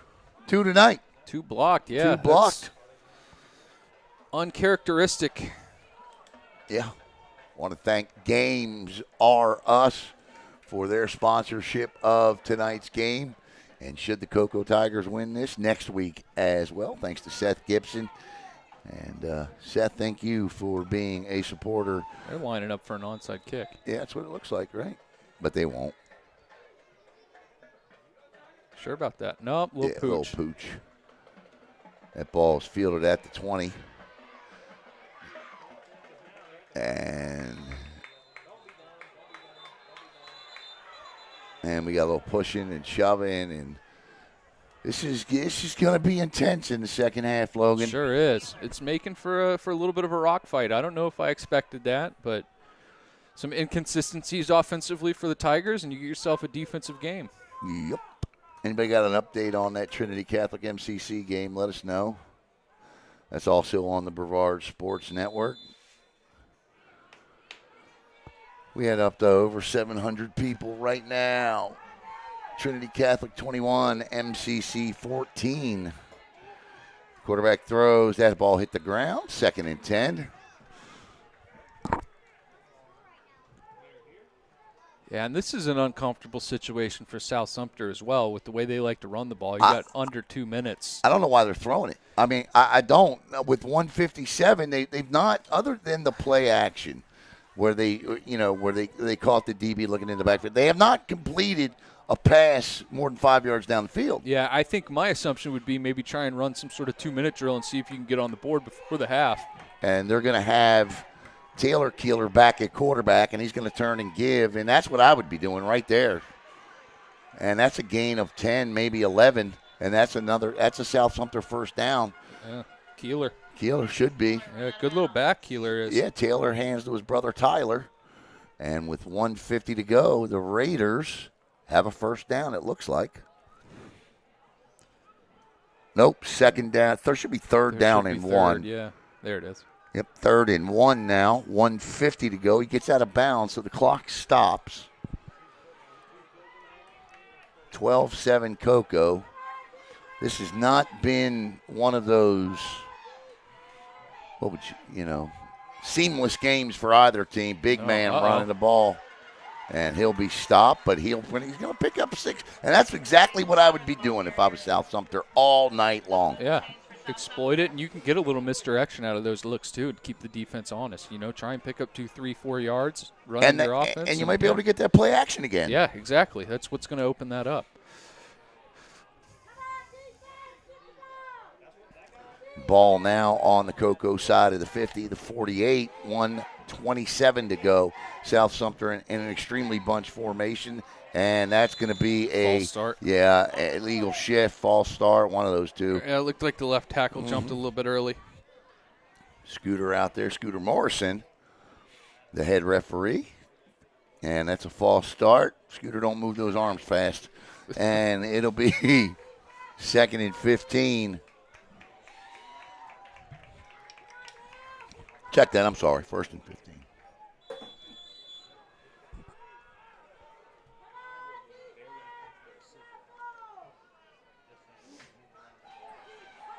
Clock still running. And they're going to, they fake it. Amons looks. He's got a receiver open, number 81. And they left him too much cushion. And that's a completion for a gain of 20 and a South Sumter first down with 1:03 to go. Nice rollout, nice throw. The catch was better. Yeah, waggle. I mean, that's a wing tee principle. They're getting in that wing tee look. You fake it, roll it out, and you've got two levels concepts, two guys breaking to the outside, and they find that was their kicker that caught that, Allen. It sure was. Number 81, Jose Armas, big tight end, looks like. Yeah. You can't have a successful wing tee without a good tight end.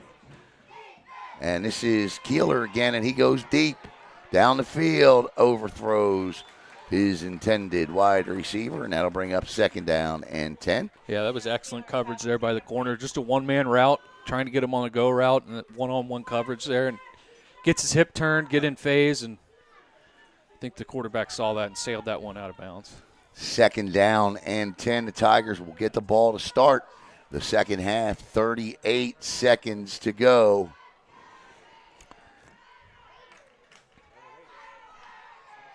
And other than that long touchdown pass they I think this is the best drive South Sumter's had so far. Yep, no doubt.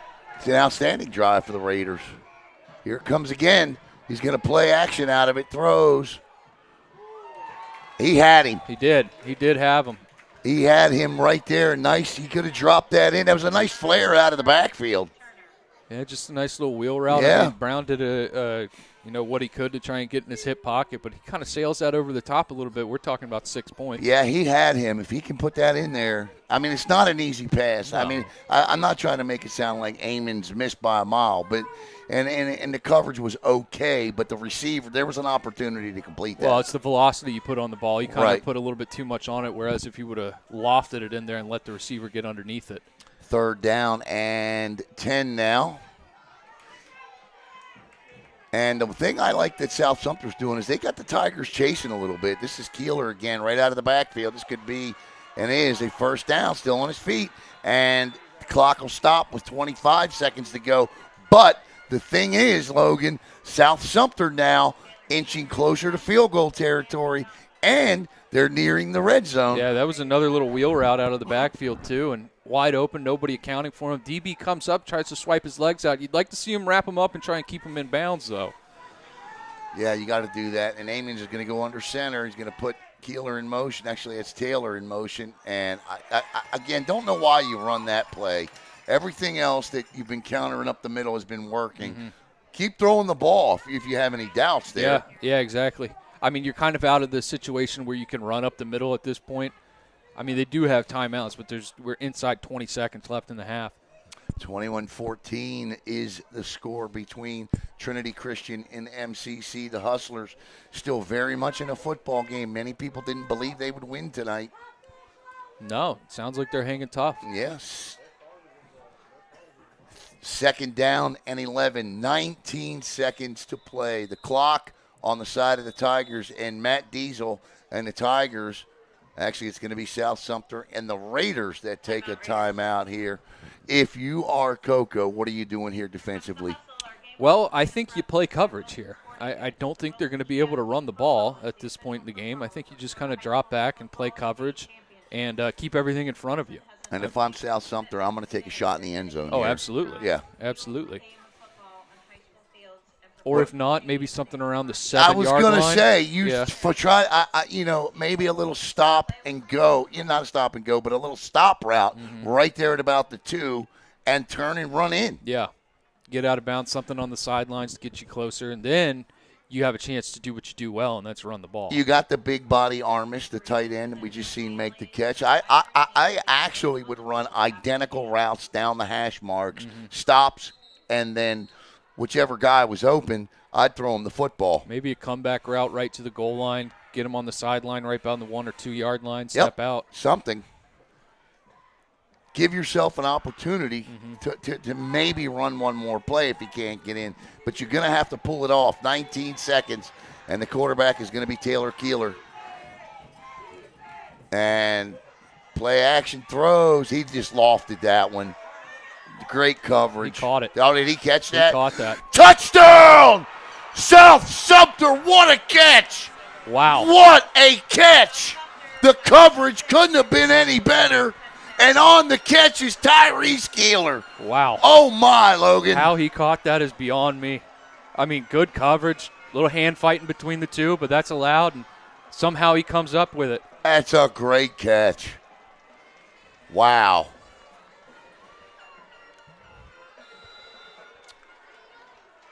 And with 11 seconds to go, South Sumter will lead this thing at halftime, barring a something return. crazy. Yeah. Kick is up, and it's good.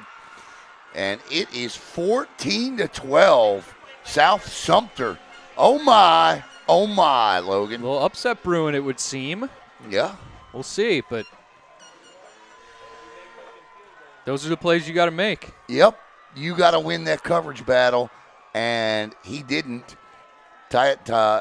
Keeler did, and he just lofted that up. That was just go get it.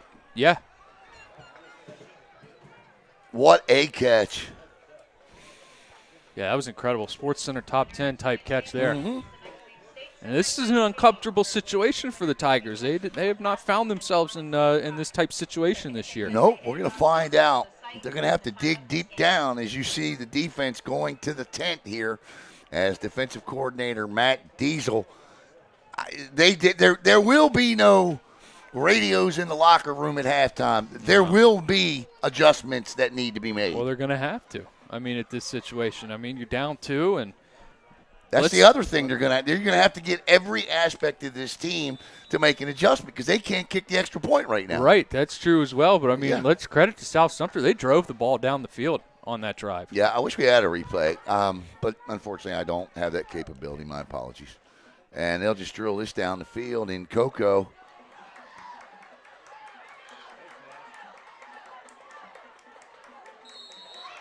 And that's a late hit out of bounds. That'll be 15 more yards. And you know what? I got to be honest. I'm telling you, that with 4 seconds to go. You don't need to do that. Well, no. Let me say this. I get it. And that's sending a little bit of a message. And that's giving you something to think about at halftime. Yeah. You know what? Not only are we going in with the lead at halftime, but we just put your butt 5 yards out of bounds. We ain't afraid of you. We'll see. I mean, this is going to move it up 15 yards, and Hart's going to be able to get the ball into the end zone. So, I mean, it could come back to bite him in the tail. We'll see. There's but 4 seconds to go. I like the message I think it sends. No, I get the sentiment. Yeah. We ain't afraid of you.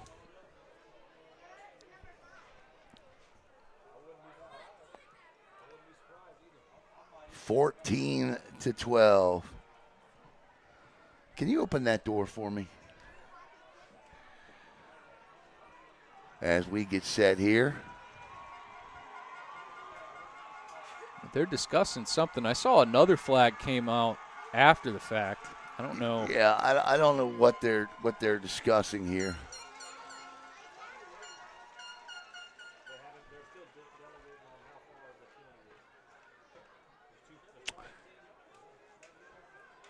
Unless they did it twice, and if they did, that's 30 yards. Now, That would be foolish. Let's see what Scooter does here. Personal foul. Obviously, the late hit out of bounds. Right. Okay, there's one. Dead ball. Personal foul. That's a 30-yard penalty. So now that's stupid. Yeah. I did. I saw a second one come out late, and what I think it was South Sumter's player that committed the late hit was taunting on the sidelines after the fact. So now do you kick a field goal from the 30? It's a 47-yarder. Here's the problem. You can't kick a field goal right now. You can't. You've had 2 extra can't. points blocked. You absolutely have to can't. take a shot to the end zone here. Well, we're about to find out here. This is I get the first penalty, and Coco's going to take a timeout here with 4 seconds to go. Timeout, Tigers. How about the old hook and ladder here? I've seen it a couple times to success this season. Who did I see it? Melbourne. I saw it against Melbourne, but we saw it, I believe, last week. No, it was when O'Galley was playing Merritt Island in the playoff game. We saw it, and they ran it to the offensive tackle is the one who released. And really? He got it probably around 4 or 5 yard line. I tell you what, I don't think it's a bad play here. Maybe you hit Boggs in a little quick turnaround, and he flips it to Bragg and lets him go in.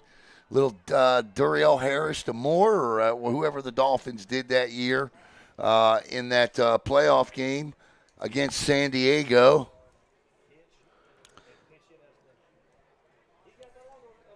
Somebody asked, they didn't understand why our kicking's so bad tonight. We can't get it off. Yeah, it's been blocked. Yeah. And they're going to kick. Yeah. Yeah, Trout's on the field. Two things that Coco has struggled with tonight. This is going to be a 47-yard attempt by Gunnar Trout. Now, we saw him hit a 39-yarder, and they're going to try it.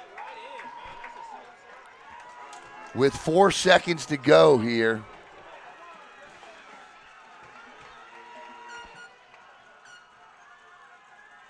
They may try to take another timeout. Nah, it doesn't have a shot. That's going to take us to the end of the first half. But don't go anywhere real quick. All right, we're going to talk about some things that are going on here around the holidays and how you can help here around Brevard County. Now, I'm going to bring in Valerie. How do you say your last name? Monopoly. All right, I thought it was. Valerie Monopoly. Now, Valerie, tell everybody. Huh?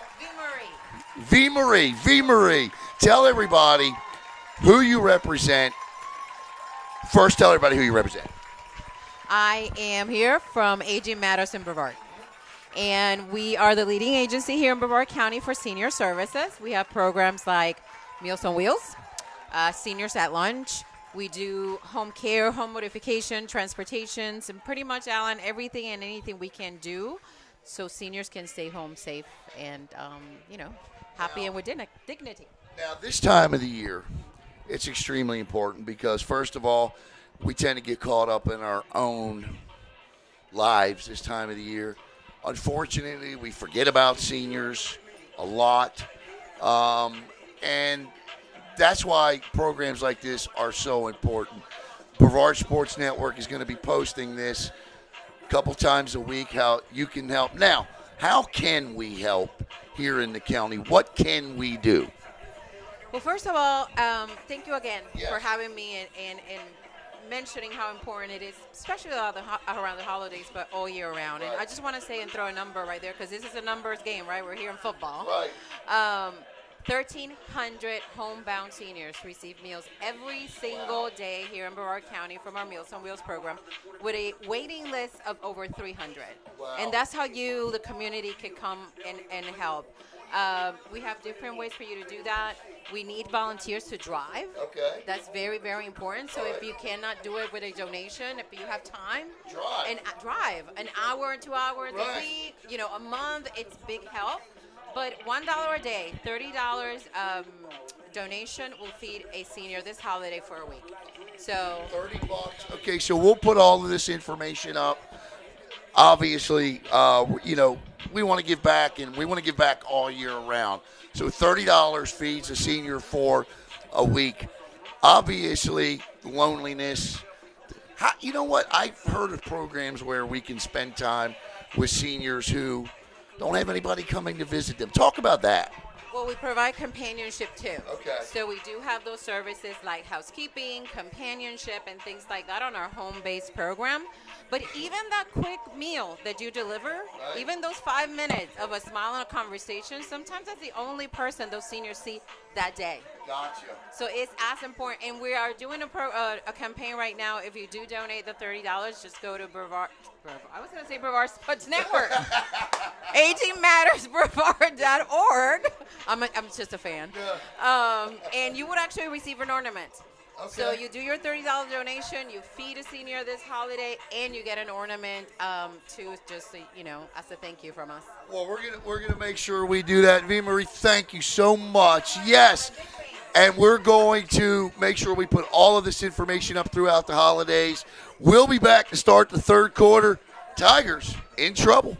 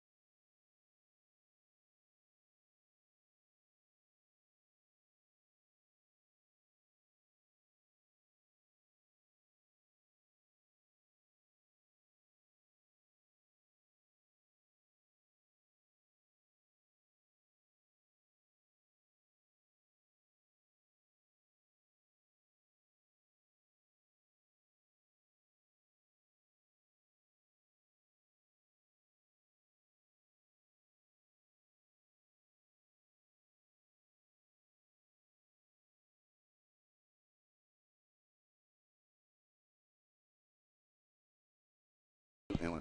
All right, welcome back here to Richard Dick Blake Stadium, where a stunned silence currently, well, not now because the Coco Tigers are coming back out on the field. But Logan, not what we expected as South Sumter leads this one 14-12. And right now the Tigers are struggling in all three phases of the football game. We know what's wrong with the kicking game. Let's start with your area of expertise, and that's on the defensive side of the football. South Sumter, that last drive, really seemed to find a nice mixture of pass, run, pass, and it resulted in a touchdown, albeit a hell of a catch for the score. But Coco, the momentum right now, fully on the side of the Raiders. Yeah, well, you said it. It was a good blend and balanced attack there on that last drive, and they really got the run game going, something that they're very good at, and that's what happens. The run game's going to open up the pass game. You're going to get a lot more looks that are more favorable to you when the defense has to account for that run game, and that's certainly what we saw. For the most part of the game, Coco has been fine on defense. I think they just got worn down a little bit on that last drive, and that's where South Sumter was able to capitalize running the football to open up that passing game. Offensively, the Tigers cannot pick up the blitz of South Sumter. They've struggled with that at this point. I don't know, whether it's a situation where Hart needs to recognize and get rid of the football quicker. They need to keep somebody back to chip this guy coming off the edge.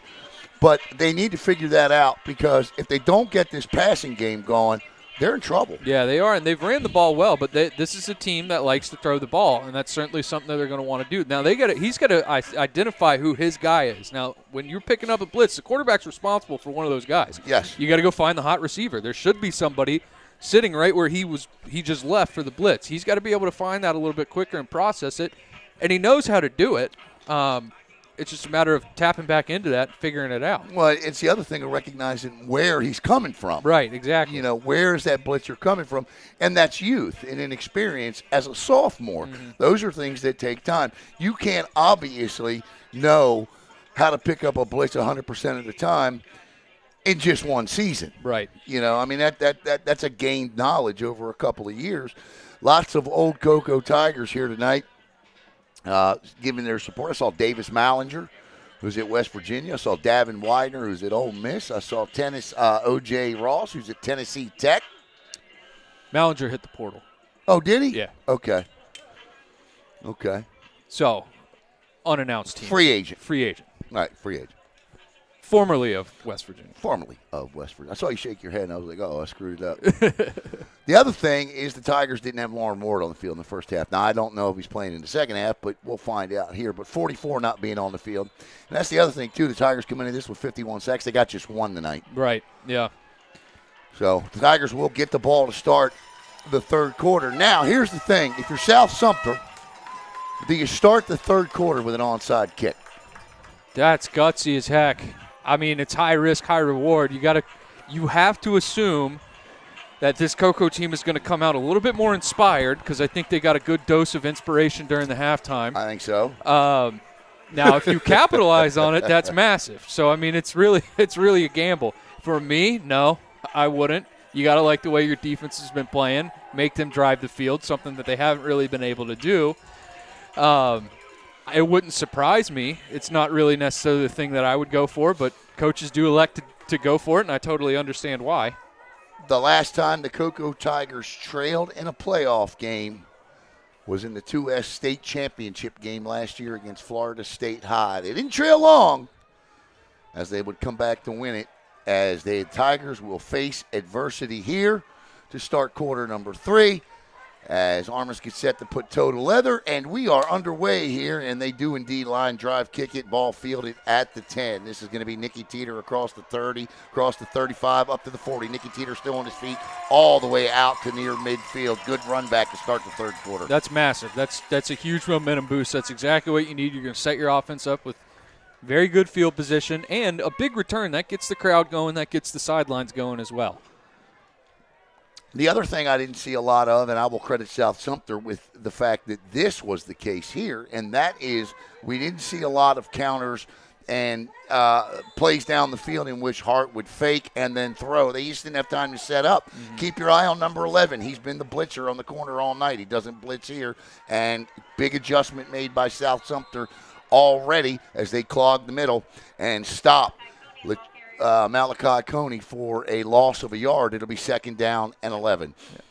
It's not what you want to see offensively to start the drive. I get running the ball. It's maybe try and set up the pass. You ran the ball well late in the first half, but you want to go forward. Yep. Stanley Young, the ball carrier. Actually, they say no gain, 2nd and 10 now. Hart looking, throws, caught.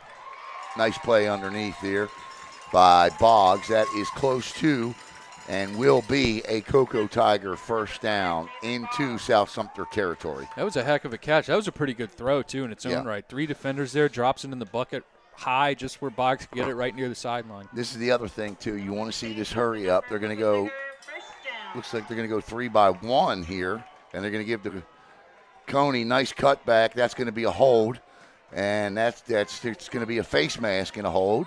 So we're going to get offsetting penalties here, and we're going to replay first down. And that was that counter play. They've had a mixed bag. I know we said put it back in the bag earlier, but they did drive down the field a couple times with that counter play. That time looked like when they ran it earlier on in the game. The hold's going to be on Xavier Solis. The face mask I didn't see. Personal foul. That's going to be against South Sumter. Actually, the only play. Is the only play. I thought Solis. Well, Coco got away with a hold there, so that's going to be 15 yards and a Coco Tiger first down. Well, you take that if you're Coco. That's yes, for sure. You do. Did you see the hold by Solis? Yeah, I did. I didn't really catch what he called the personal foul on. It looked like he gave like a clip signal, like clipping. He grabbed him by the face mask, pulling him down. Okay. And I don't know why he didn't just throw, say face mask, but the Tigers got it 1st and 10 at the 29. Looking to drive here, and Hart. Now they're going to have doubles stacked on top of each other, split equally to each side. Looks like Coney in the backfield. Little screen to DJ Bryant. Bryant will pick up 2, 3 at the most.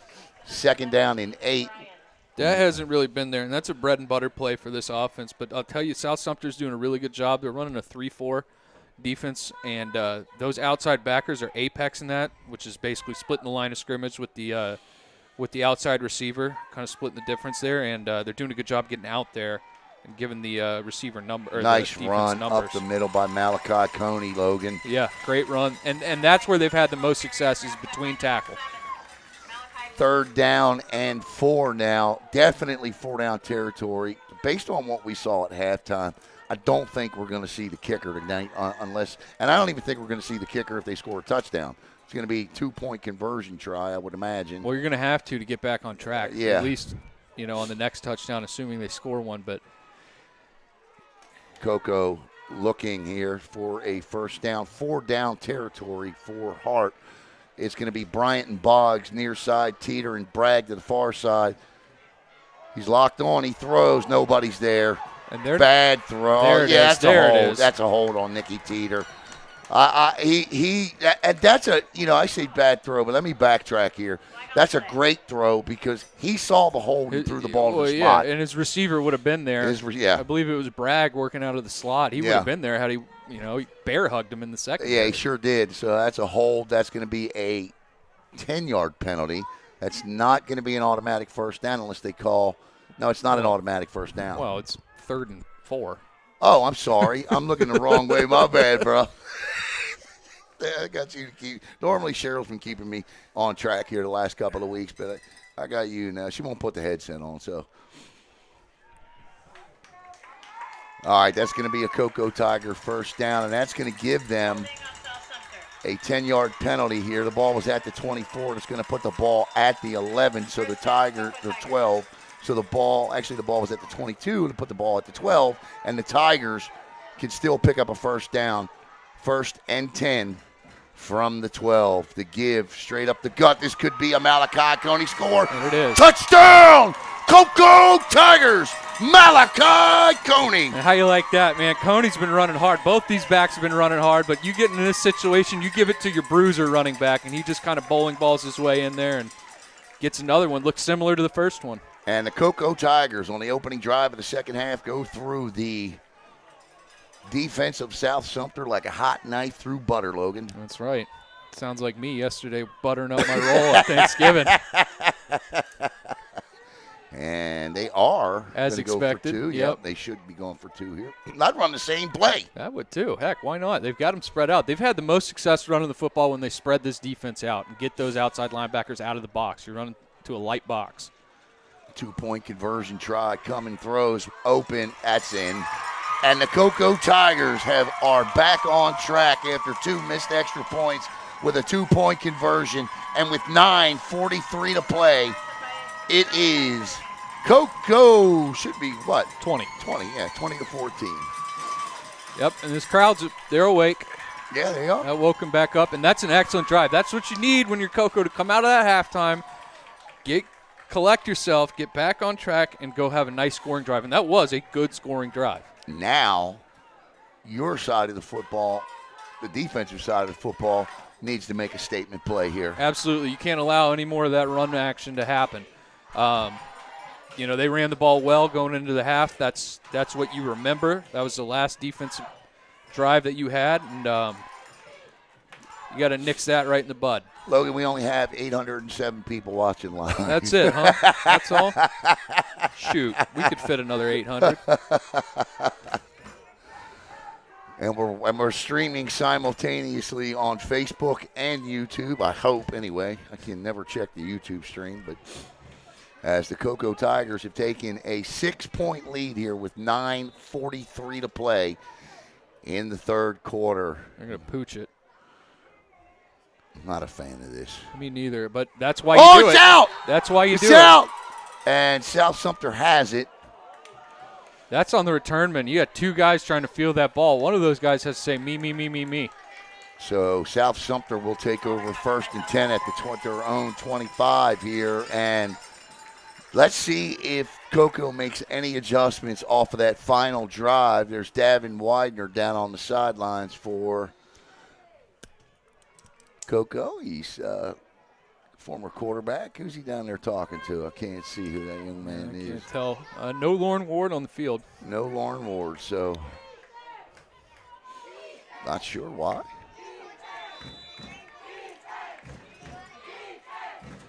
I saw him in warm-ups. He's dressed out. Yeah. And that's just, God, that is such a beautiful job of stringing a run out. And that's a good job by the defensive end over there on the far side, Javian Hillson, big number 9. That tackle's going to try and reach him, and you teach that defensive end, you don't let him get outside of you. So you keep doing that, and you're going to string that run out. You're not making the tackle, but you're making that running back keep going towards the sideline. The speed of your defense is able to converge on it. That's good defense. That's going to bring up 2nd and 9 after a gain of 1. South Sumter, this is Keeler with it, and he throws. Quick little hitch there, and that's good for 6-7 yards. This will be 3rd and 1 now for the Raiders. And they're going back to that quick game, getting the ball out quickly. They've had success through the air doing that when they do pass. Big play here for both of these teams. Oh, yeah, massive 3rd down.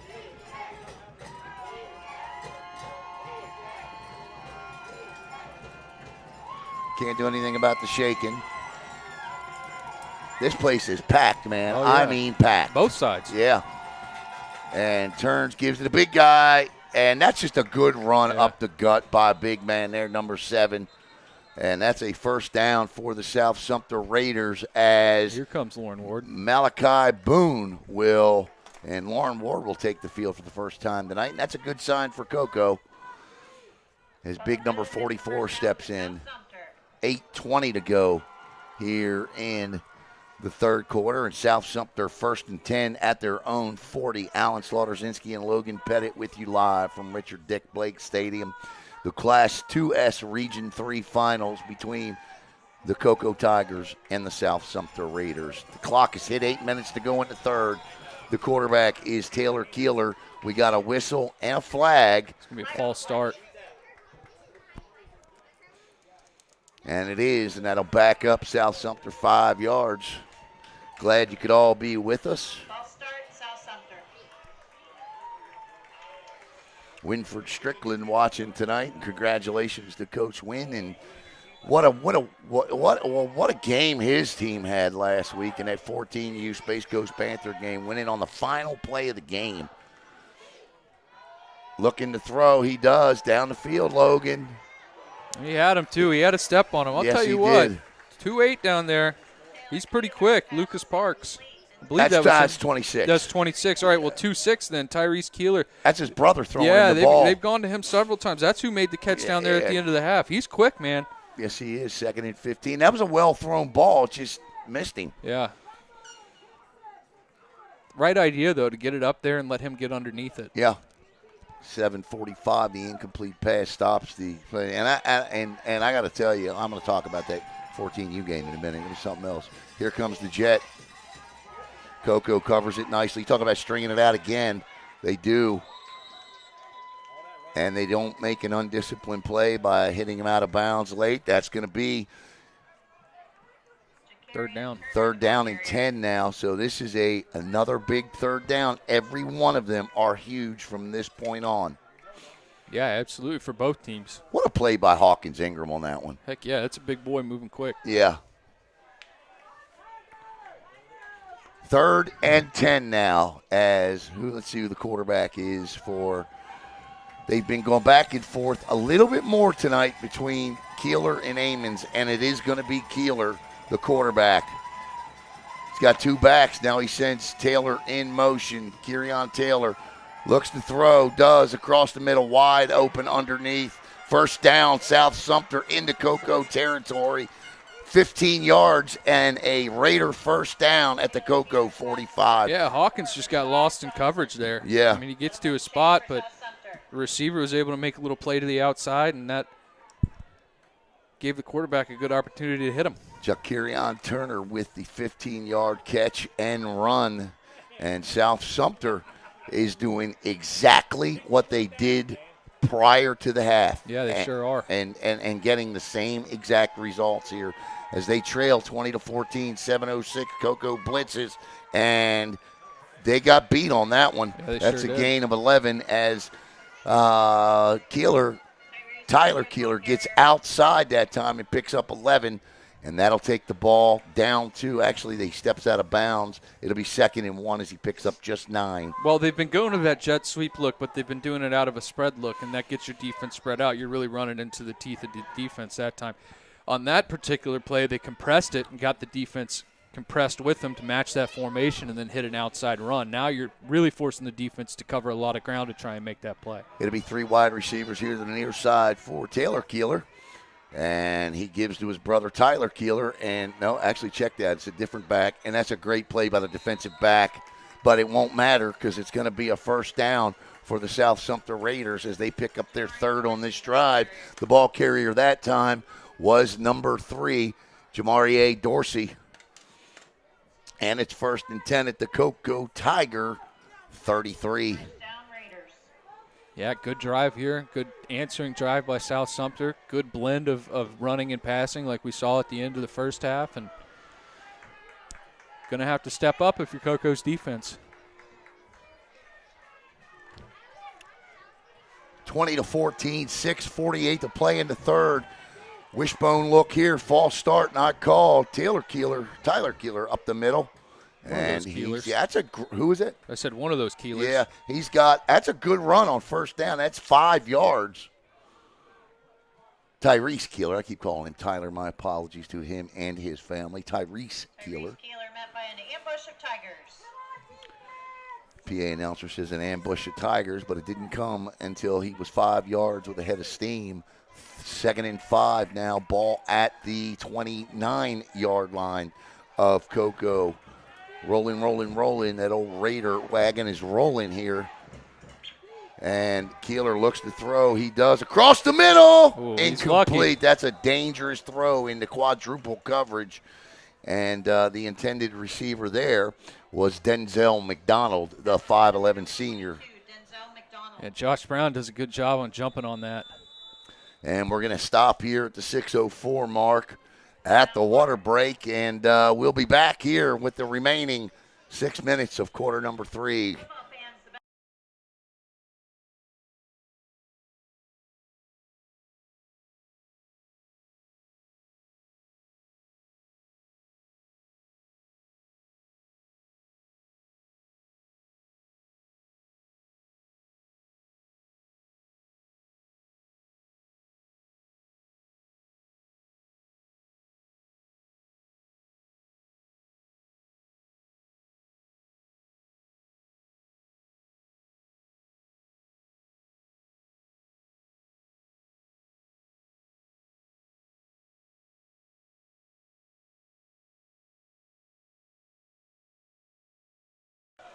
All right, welcome back here to Brevard Sports Network, your number one source for all things sports here in East Central Florida.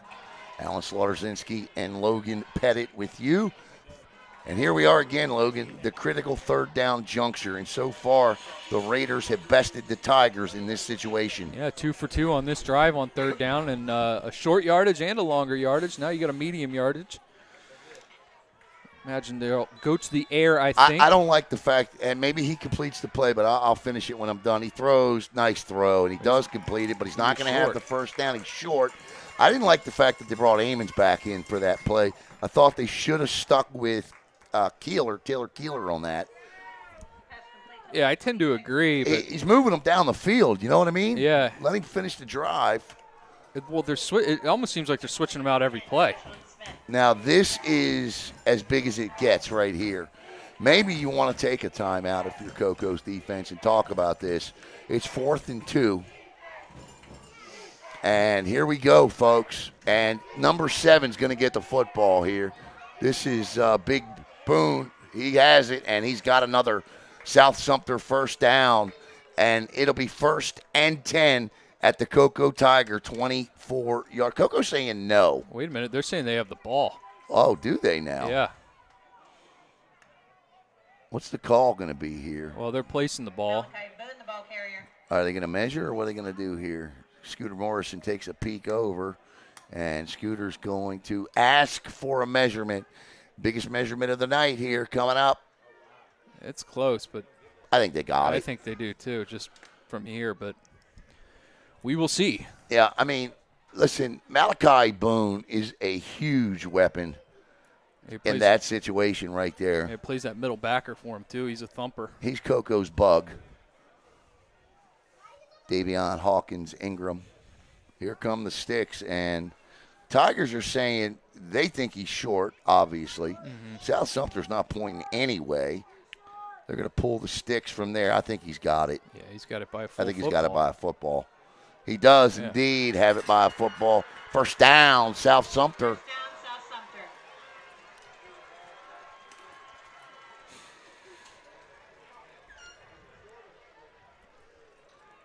Sumter. 20-14, Coco on top, 5:19 to play. And right now, who's got the better stamina here? That's what it's coming down to. They're going to rotate the quarterback back in. They're doing it every play, which is interesting, but it seems to be working. Well, I think there's two ways to look at this. You also, and they're going to give to Keeler here, Tyrese, and Tyrese is stacked up and dropped. And that's who they've been missing. Big Lauren Ward gets in there for a TFL, and it's now 2nd and 14 for South Sumter. 4:55 to play in the third. Again, those ends just doing a great job of not getting reached, just stringing that speed sweep out. I'd like to welcome everyone watching tonight. Obviously, with 904 people watching, it's a little tough for me to follow along in the comments, but I certainly appreciate your support in making Brevard Sports Network the choice. 2nd and 14. They fake it this way. He doesn't have it that time, and that was nearly the second. And it is. What a sack. Lauren Ward. Welcome to the game, Mr. Ward. Your presence has been missed on that side of the ball. And we just talked about that coming out of the half, how the Tigers have not put pressure on the quarterback. Lauren Ward did not play in the first half, and there you see his impact. Yeah, he makes the presence. Got a little held on there and fought through it and was able to get through there and trip the quarterback. I thought he was going to stay up there for a minute, but did just enough to get the quarterback on the ground, and that is a huge, huge sack. Makes this third and quite the distance. Yes, indeed. Now, if you're Coco's DBs, you cannot get caught looking in the backfield. No. Not that a play action, not that you would think they would hand the football off here, but instinct will catch you in that backfield, and that's what Matt Diesel's telling his DBs right now. And this is Amons. He scrambles. He narrows the field, throws, incomplete, and this is going to be 4th down and a trip back to South Sumter for a first. Yeah, and you got to imagine they're going to try and punt this and pin them deep, I would assume. Yeah, Coco's offense running the ball well right now, but still, I think they're going to punt. Yeah, I think it's a good call. You have to.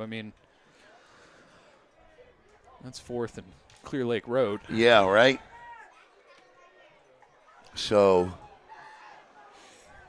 3:32 to go in the third. Pretty quick moving third quarter. Good snap. And that is going to go right into the end zone. Oh, it had a chance. It It checked did. up right at the goal line. It sure did, but it'll be 1st and 10 for the Tigers from the 20-yard line. Once again, you know, Logan, if I were still young, and I was telling Cheryl coming over here tonight that the one thing I miss doing is playing games. You know, I'm a gamer at heart. I'm an old gamer at heart. Nintendo 64, Atari, Pong. I'm sure they still got Pong, that little joystick you could go play. But anyway, for you gamers out there, it is Gamers Are Us, 321-735-7857, located in Cocoa, Florida. Seth Gibson cannot thank you enough for stepping up this week and allowing us just to be able to bring you this. And next week as well, if the Tigers should win. And I say if they should win because, well, nothing is clear at this moment. No. Now you go get yourself a little breathing room, make it a 2-score game, march down the field and score. Then you kind of limit their offensive. Yeah. Then you put them in a position where I don't think they're very comfortable being in. But you got to go do it. Yeah. Now they trailed to Denellen by 7 going into the fourth quarter and ended up winning that game 13-12. So they can do it. But Coco ain't Denellen. No, we saw Hart that with a last play action, throws, wide open. There he is. Bragg, C.J. Bragg with a 20-yard catch and a Coco Tiger first down. And they found, they did it earlier on in the game in the first half, and those in-breaking routes, those posts, those slants, they've been open. It's just you got to find them, and he puts it right on the number for Bragg there, and first time we've called his name tonight. Yep. Throws across. Oh, nice underneath there. That's a good play by Hart. Brady Hart made that play. And fighting for additional yards is DJ Bryant. And Bryant will have 9 yards and opens the Coco playbook at 2nd and 1. That's a hell of a throw by Hart. He had a guy wrapped up on him. I don't know how he made that. I thought he was going to Bragg on the outside. I thought he was getting picked. Yeah. Hart, 2nd and 1. This is a screen to Bryant. Great block. Does he have it? He does. Close. And they won't throw a flag that time. But it is a Coco Tiger first down. 2:04 to go in the third. I'm wondering if they have some sort of a stop and go built off of that, where they pump that little quick screen and send Boggs on a go route, because they have not been picking up. They get the first down there, but that hasn't been a big play like it usually is in this offense, and it's because South Sumter's doing a really good job with those outside backers to go give them a numbers advantage. Latrician Lane in the backfield with Hart. It is first down. The give is the Lane. Lane dices his way through for another 9 yards. And right now, the bigger Coco Tiger offensive line wearing on that smaller South Sumter front. Yeah, they're leaning on him now, getting a good push, picking up good positive yards, running the ball. 2nd 3 now. He gave him credit for 7. Again, they give the Lane. Lane again dices his way through. He'll be grabbed by the helmet, thrown back 5 yards, but the forward progress should bring up third to about 6 inches. I go right back to it. I don't know that I go back to that counter, but I go right back to the run game in this situation. Maybe even a read with Hart. See if you can catch one of those outside linebackers. I think I'd prefer to pick up the first down here. And maybe if I'm Hart, little quarterback, just like he did back in the second half. Oh, my goodness, that's a false start. Yep. And they were going to run counter back the other way. Yep.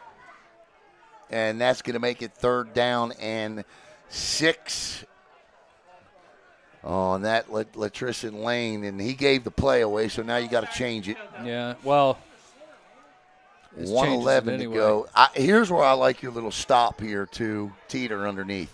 Yeah, maybe even like a little mesh concept, see if you can get a natural pick between those inside backers, spring somebody open. Every mistake magnified. 3rd and 6 now for Coco, and South Sumter showing blitz. Keep your eye on number 11 there. He's been a menace all night to that Tiger offensive line, coming with that blitz. He's showing it here, Logan, and he brings it. Picked up, throws. And incomplete, and that's a good flag. He grabbed Boggs by the hip and got turned there him early. around. Yeah, he did get there early. It was late, but I do believe it was the correct call. He was yeah, early. He was definitely there. Look, I think we've been fair all night, and he was there. He had Boggs by the hip and turned him. Mm-hmm. So they're going to call pass interference. That's going to be 15 yards and give the Tigers a 1st and 10 at the 35.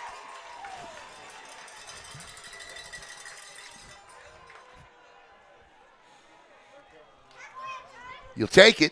Yeah, you absolutely will. You're going to keep this drive alive where you've looked pretty good moving the football.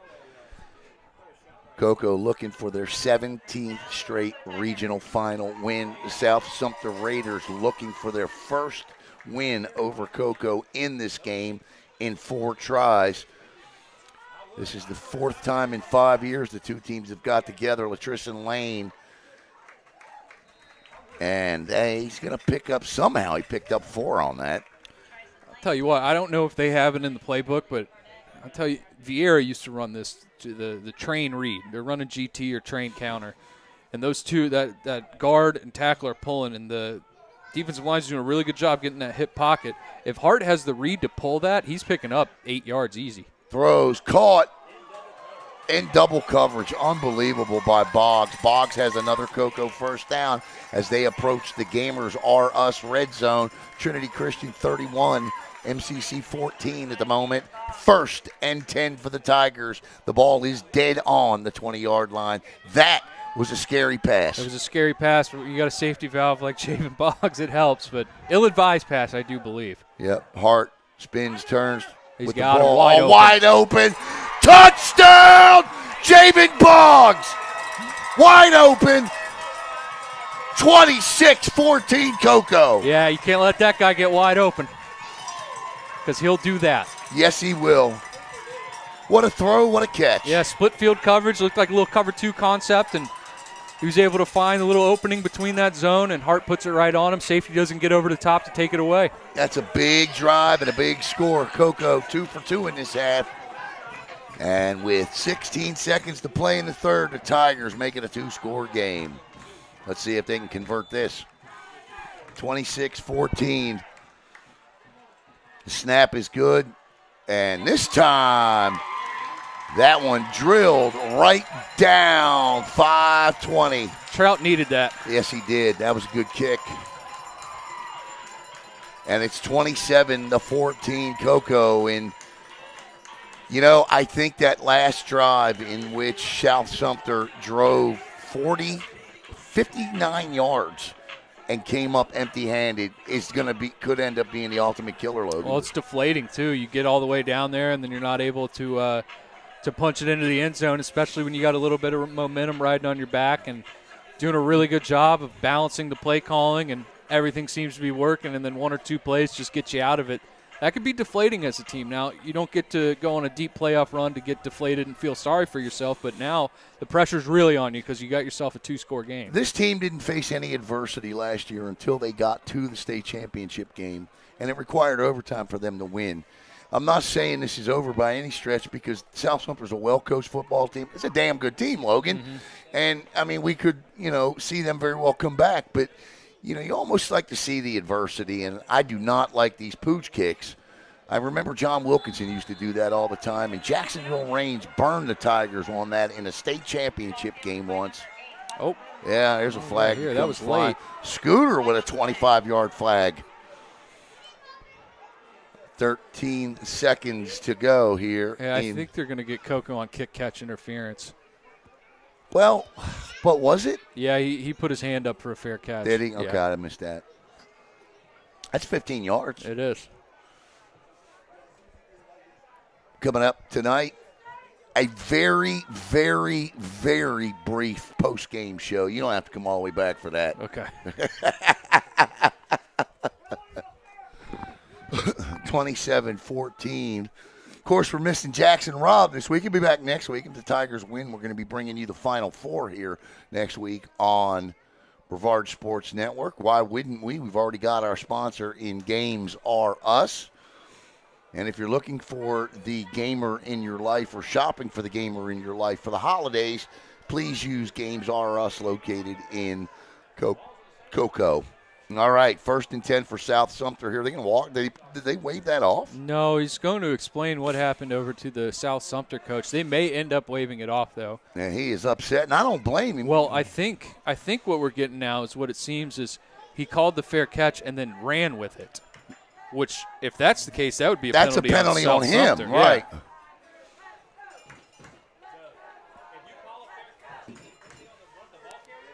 That's a 15-yard penalty too. Yeah, you can't do that. So I think they're trying to sort that out. They're trying to figure out whether it was interference first or did he run with it. There's Right. Davis Ballinger right there. There's Davis. And I did see Davin earlier, OJ earlier. If the Tigers win, I am going to head down to the field after the game and conduct live interviews. Well, they waved it off, so. All right. Turns, gives. I'll tell you what, this young man right here is a hell of a ball player. Somebody just got blown up. Yeah. I don't know if it was the ball carrier or the blocker. I think it was the ball carrier. But yeah, he is. That kid can run the football. Not very big, but boy, can he take off with it. Tyrese Keeler is a junior, and the Tigers may have to contend with him next year as well. We've hit the fourth quarter. Will it be a Coco fourth or a Raider fourth? We'll be back with the start of it here on Brevard Sports Network.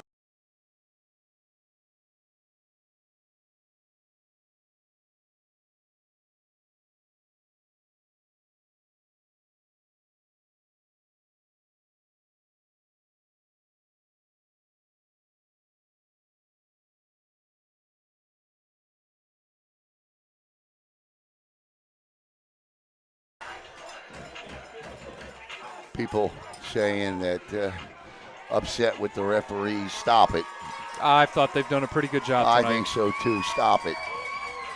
We don't need these referees, and you don't need these referees either. South Sumter's played a heck of a football game tonight. They're saying the refs ain't got nothing to do with this. Nope. These are two really good football teams doing battle here tonight.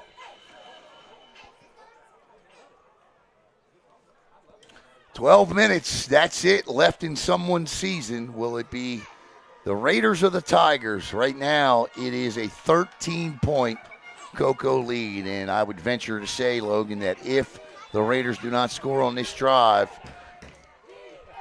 you could probably start moving the singer to the stage. And he's going to go down, and that's what Lauren Ward brings you. That's not Lauren Ward on the stop. That's Davian Hawkins Ingram, but they double team Lauren Ward on that one. It opens it up. Yeah. It absolutely does. And they just got an embarrassment of riches on that defensive front. Yep. And it's 3rd down and 15 for is it 3rd down already? Yeah, Yeah. That's right. We had the quarter. 3rd down and 15 for South Sumter. Coming up tomorrow and Sunday, we'll be making the trek to Daytona tomorrow from 8 o'clock. We'll start with the MFFCC Youth Football Championships, and now it's 4th down. And it'll be 4th and about 9 here. And I think if you're South Sumter, I think you got to punt this. Keeler, the ball carrier. I don't think you can give this away at this point right Yeah, here. they're rallying the troops over there to put the punt team on. Yeah, I think you got to punt this right. I think it's the last time you don't go for it on 4th down. Mm-hmm. But I think you got to punt this and try to create a turnover. Listen, there were a couple of passes, Logan, thrown on that last drive that could have went either way. Yeah, you're absolutely right. Well, the thing is, too, is you've got a pretty hot Coco offense going on those last 2 drives. The last thing you want to do is give them a short field. Right. This guy's had a pretty good night tonight. Armis made a catch, some good punts, good kicks. This one's not so good, but it's going to take a South Sumter bounce, and Nikki Teeter gets away from it, and it'll go all the way to the 18. It'll be a 48-yard punt, and the Coco Tigers will take over 1st and 10 with 10:26 to play in the game. And big drive here for Coco. Yeah, I mean, punch it in here, like you said about the large singing woman. I want to say happy Thanksgiving to you too, Stacey Terry. Yeah, happy Thanksgiving. Yeah. I know I'm thankful for some high school football. Yeah, man, I tell you, it is a treat to practice on Thanksgiving. Every year when I was in school, we sure did. Yeah, and the Coco Tigers do not take it for granted.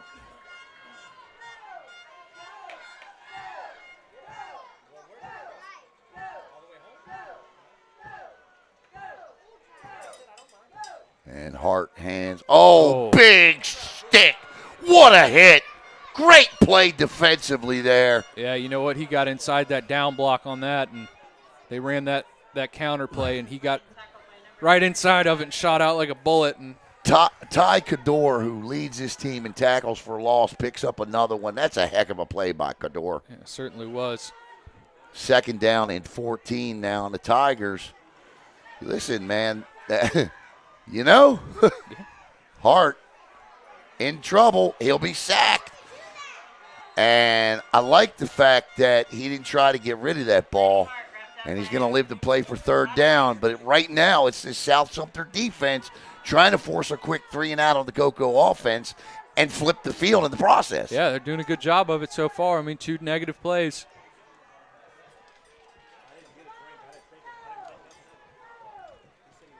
I'm going to say something that I don't know a lot of people are going to agree with, but I think that the MCOA did a pretty good job. This is not the MCOA officials, but I thought officiating was good in Brevard County football this year. It was better than it has been. And we've called it out. Hart in trouble. Uh-oh. Throws. Oh, my boy, is goodness. he lucky.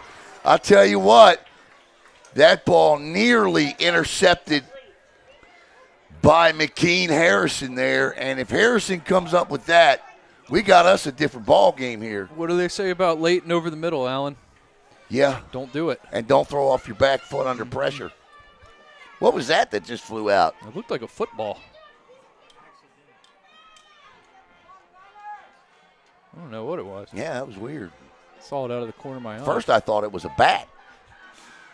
Snap, they come after it, and he gets it off. Nice high punt, and it will bounce at the 40, and Coco will down it. Yep, and South Sumter now, they pick up 32 yards of field position following the 3-and-out here. And with 8:59 to go in the game, a must-score drive. You absolutely have to score on this drive. Absolutely. Your defense right now has reclaimed momentum for you. Mm-hmm.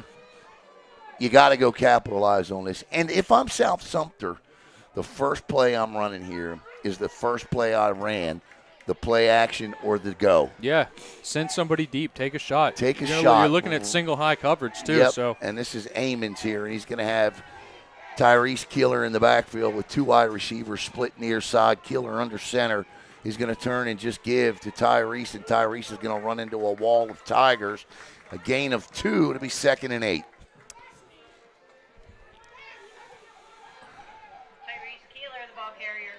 And 8:43 to go, and here comes number 15 back in the game, Taylor Keeler, the 6'1", 175-pound junior quarterback, the brother of running back Tyrese. Are they twins, you think? I don't know, man. They're both juniors, Tyrese right? and Taylor, they could be. If you know in South Sumter, let us know. 8:23. This is the jet sweep there, and goes basically for a gain of 2, 3rd and 5 now. I think that play was run to set this play up. I think you're right. But I will say when they run that jet sweep, they've had the most success out of a confined formation, which that was right there. They were in a bunch look. 3rd and 5 now. And again, who is it going to be, Amons or Keeler?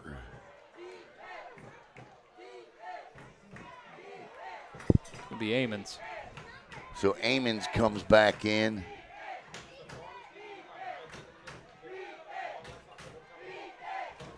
And this is going to be a wishbone formation. The give is, I had no shot. They have not done anything but run the football out of that wishbone tonight. Coco knew they weren't throwing the football. They teed off on it. That's no gain. A loss of 1, 4th and 6. Hate the play call. They had numbers, too. That was an unbalanced look. They had a tackle trade over there with an eligible tackle backside. And still, that's Lauren Ward making the play. They missed him in the first half. They that's for sure did. They sure did. And this is 4th down and likely the ball game for South Sumter. Now, obviously, crazy things can happen, and they bring back in Taylor Keeler here, and Keeler will have trips bunched far side in motion, fakes the jet sweep, throws, and separated from the football that time by Number 2, Josh Brown, is number 81, Jose Armas, and that's a turnover on downs. And I got to be honest with you, Logan, I did not like one play call in that sequence. I didn't like running the ball. I mean, you just burned, over a minute off of the clock just to go 5-6 yards. I think South Sumter's done a terrific job tonight in their sequential play calling. Yeah. That there, to me, was the worst of the night. You made yourself predictable on third down. And they didn't come at a very good time. Brown, I thought, did a good job of playing the man and not the ball in that situation and getting there right at the right time and separating them. The give is to Latrison Lane, and Lane weaves his way for a gain of 4, maybe 5. It'll be 2nd and 5. That's a good job by the Coco defense, though, because they force a 3 and out. On a short field, too. Yeah. Time left in the game is 6:24. Hart with doubles and, oh, wow. Good play over there. I believe that's C.J. Bragg, and that was close to going the other way. Or Nicky Teeter with the catch. I think it was Boggs. Was it Boggs? Yeah. The ball carrier. That was a pass. It was Boggs. Yeah, Javen Boggs. And we have hit the water break. 6:13 to go. Back with the rest of this one here on BSN.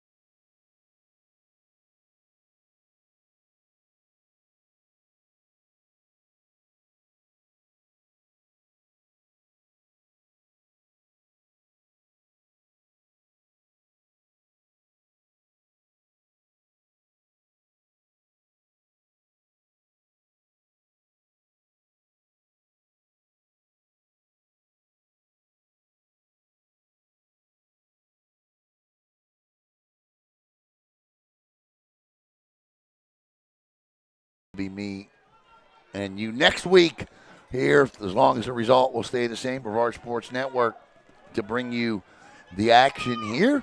Might it be myself and Anthony Knockreiner. We'll be back. 3rd and 1, turns, gives, and that is a Coco Tiger first down by Latrison Lane. And Latrison Lane, I tell you what, he has had himself, him and Malachi Coney tonight. Yeah.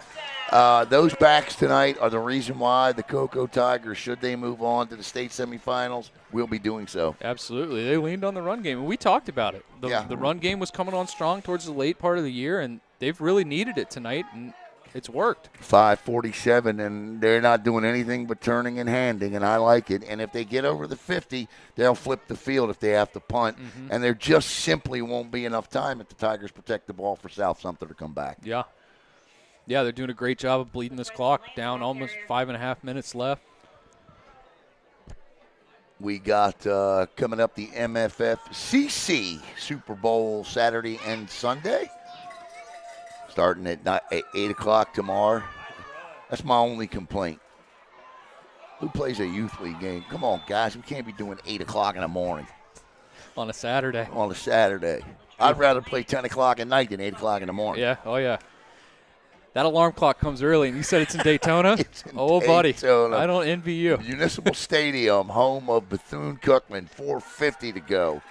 2 days. We got 2 days of it. 3rd and 5. Nobody. Oh, yeah, there he is. I didn't see anybody in the backfield, but now I do. They're going to give kind of a run blitz look here. Yeah. And this is Coney or Lane.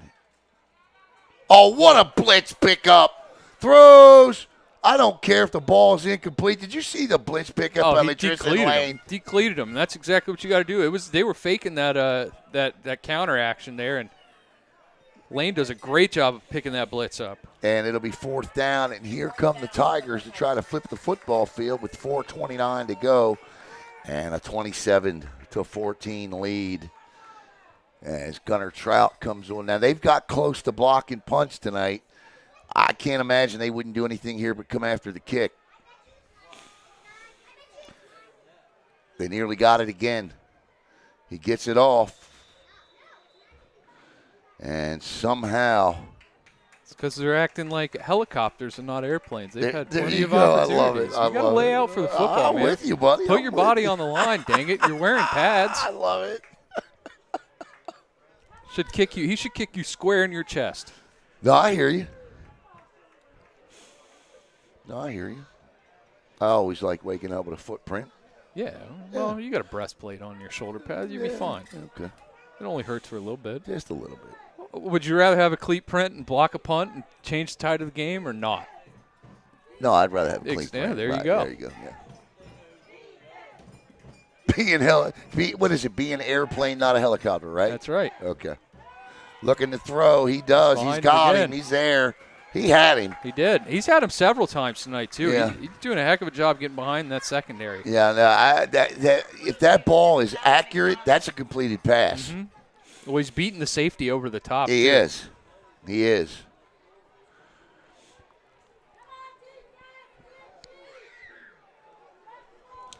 .416 to go here. 2nd and 10 for South Sumter, who has traveled really well here tonight. About an hour, 45-minute trip. Yeah, I know. I made it last year. Looking in trouble. And it won't be a sack. He keeps him in bounds, though. That's good. And I think he went to say something, and the referee said, don't you dare. Yeah, don't do it. Don't do it. 3:57, keeping him in bounds. 3rd down and 7. And what are the subs for South Sumter? They're just kind of trotting off the field. No sense of urgency. Guys, time is not your friend right now. They hurt themselves earlier in this game with that substitution penalty down there at the goal line when Coco had fumbled the football. You remember it? Yeah, I do. Lauren Ward. That's Lauren Ward. That'll be a sack. Yeah. It'll go down on it, yeah. Lauren Ward left his feet. He didn't need to. He probably would have had him back there and kept him in the field of play. But he gets to hurry, yeah. And because the quarterback ran out of bounds behind the sticks, it's a sack. So Ward will get credited with his 2nd sack of the half. Yeah, and it'll back it up to 3rd and 10. 4th and 10, rather. 4th and 10. Game right here. Yeah, this is it.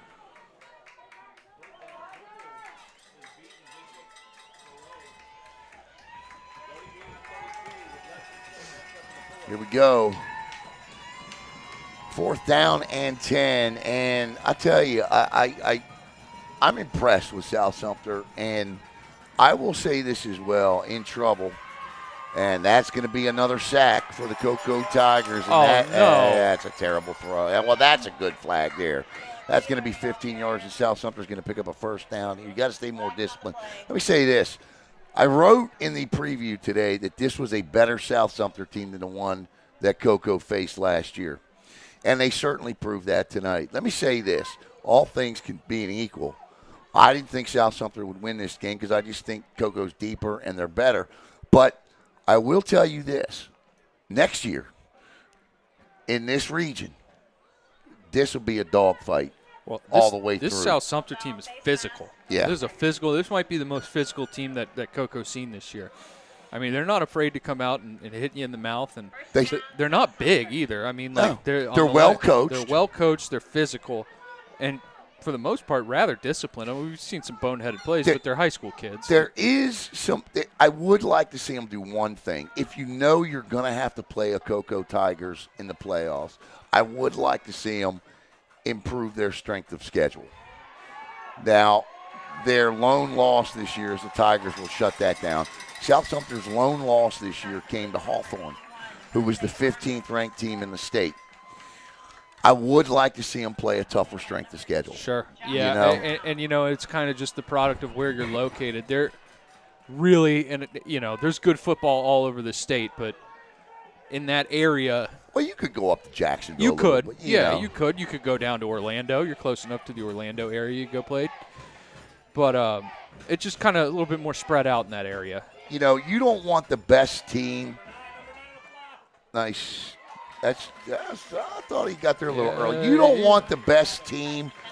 I mean, I know that 75% of the time it'll happen, but you don't want the best team you see all year to be the team you run into in the regional final. You want to, you know what I'm saying? Yeah. Or at least you want to have played somebody comparable to Right. that by the time you get there. Exactly. I mean, that's what Coco did this year. Look Yeah. at the schedule they played. This isn't the toughest team they faced. They've Right. already played the hardest team they're going to play all year, and then went down to the wire. And all things considered, they won that game. Yeah, I mean, they did beat St. Thomas, and I mean, not officially, but and we're going to get a timeout on the field by South Sumter. But I can't speak enough about what a strength of schedule does for a football program. I'll take you back to 2020, Logan, and Coco was forced, as all the teams were, forced to stay in county to play. They played all Brevard County teams, and then Cardinal Gibbons came in here and boat raced Coco right out of the stadium. Right, that which night. blew them out, ran the clock on made them. a whole ton of sense to go play in regular season in county, but then you could travel for the playoffs. But Right. that's neither here nor there. Yeah, you're right. I mean, they were forced to. I was on a coaching staff, and we came up here and we got our what's handed to Right. us. And they were blowing everybody out. But again, you get into a team that you're going to play in the playoffs. You don't want that to be the toughest team you're playing all year, as to your point, and they found out. Yep, they sure did. And not by the, that's not what they wanted to do that year. But we were faced with an unprecedented situation. But to build on that, the next 3 years they have played, 5 teams on their schedule, Coco's schedule tonight, are playing in the regional finals. Right. Looking to throw. Good nice snag. one-handed catch there. But I tell you what, you can't beat speed. Nope. And that's the speed of Samadre Hawkins out there. And with 2:20 to go, it'll be 2nd and 15. I got to tell you, Alan, Hawkins is big. He's not supposed to be able to move like that. No. He's just not. On the field after the game. No, he's not. Heck, half that defense is big. They're not supposed to be able to move like that, and they do. Actually, this is 4th down here. The clock's still ticking. Yep. 1:55 to go, and then the Tigers will get the ball back and likely just take a knee here. Or at least run 4 running plays. Coco with a 2-score lead. This is it right here. Any shot. South Sumter would need to do it here. And back to throw, looking across the middle, and there. It's did he caught. catch that? He did What catch a catch by Tyrese Keeler. Unbelievable. What a night for Keeler. Yeah, he's having himself a game. He gets that from his brother, Taylor Keeler, and that's a gain of 20 and a South Sumter first down. Yeah, enough to move the sticks. That'll move the chains for South So it's Sumter. 1st and 10 now at the Coco Tiger 33. I kind of understand the quarterback rotation in the sense you're making Coco prepare for 2 quarterbacks, but they're similar quarterbacks. Yeah, they are. It's not like one does something better than the other. Well, let me just throw my 2 cents in and tell you, 15's better. I think so, too. So that's I if it were me, I'd settle on Taylor Keeler and just move forward. I would agree with you. Now, Ammons is a senior. Yeah, so maybe that plays into it. I get it. I get it. You got to have the loyalty. I understand that, but it's like, what do you do at Titusville next year, right? Josiah Allen or Tank Harvey? Oh, you go Tank Harvey. You go Tank Harvey all day, right? I mean, Josiah Allen's a great athlete and a great linebacker, but if you want to win deep into November, Tank Harvey's got to be your quarterback, Now, right? if you want packages with Josiah to come in, Yeah, and you some can do wildcat that. looks or whatever, you can, sure. But yeah, your full-time starter needs to be Tank, and I understand why they went with Allen. He's older, he understands the system. Right. Tank's only a freshman, but I think going forward, that's your quarterback. Yep. South Sumter will lose their 4th straight to Coco in the regional finals. If you're not impressed with the fact that Coco has played in this game for 16 straight years, maybe you'll be impressed with the fact that this will be their 17th straight win in it. It's unreal. It's the crown jewel of the county for a reason. 54 seconds to go. And for the 17th consecutive year, the Coco Tigers will be state semifinals or better. Now, over that streak of 16 years, Logan, they have finished or they have lost in the state Final Four 8 times, and then they have been to 8 state championships and won 5 of them. It's unreal. Unbelievable. Unbelievable. Unbelievable. Now, see, I don't like this set because you can't run. No. You know, you might as well just get in a passing set. Well, And that'll do it. And this could be a pick six. Down the sidelines. Cuts back, and it is. Touchdown! Did he get in? Yeah, he's in. Coco Tigers. They put an exclamation point on it as the Coco Tigers are moving on. Pick six by Durand Guilford. And if you're going to get beat like he did earlier in the game, that's how you got to come make up back. for it. Boy, did he spike on that. He jumped right on that pattern. And there was, Keeler had an opportunity to get him down with that speed, but Guilford is an athlete himself, cuts back inside and takes it all the way. And with 36 seconds, Durand Guilford with a pick six, and the Coco Tigers will go to 17-0 in this game since 2007.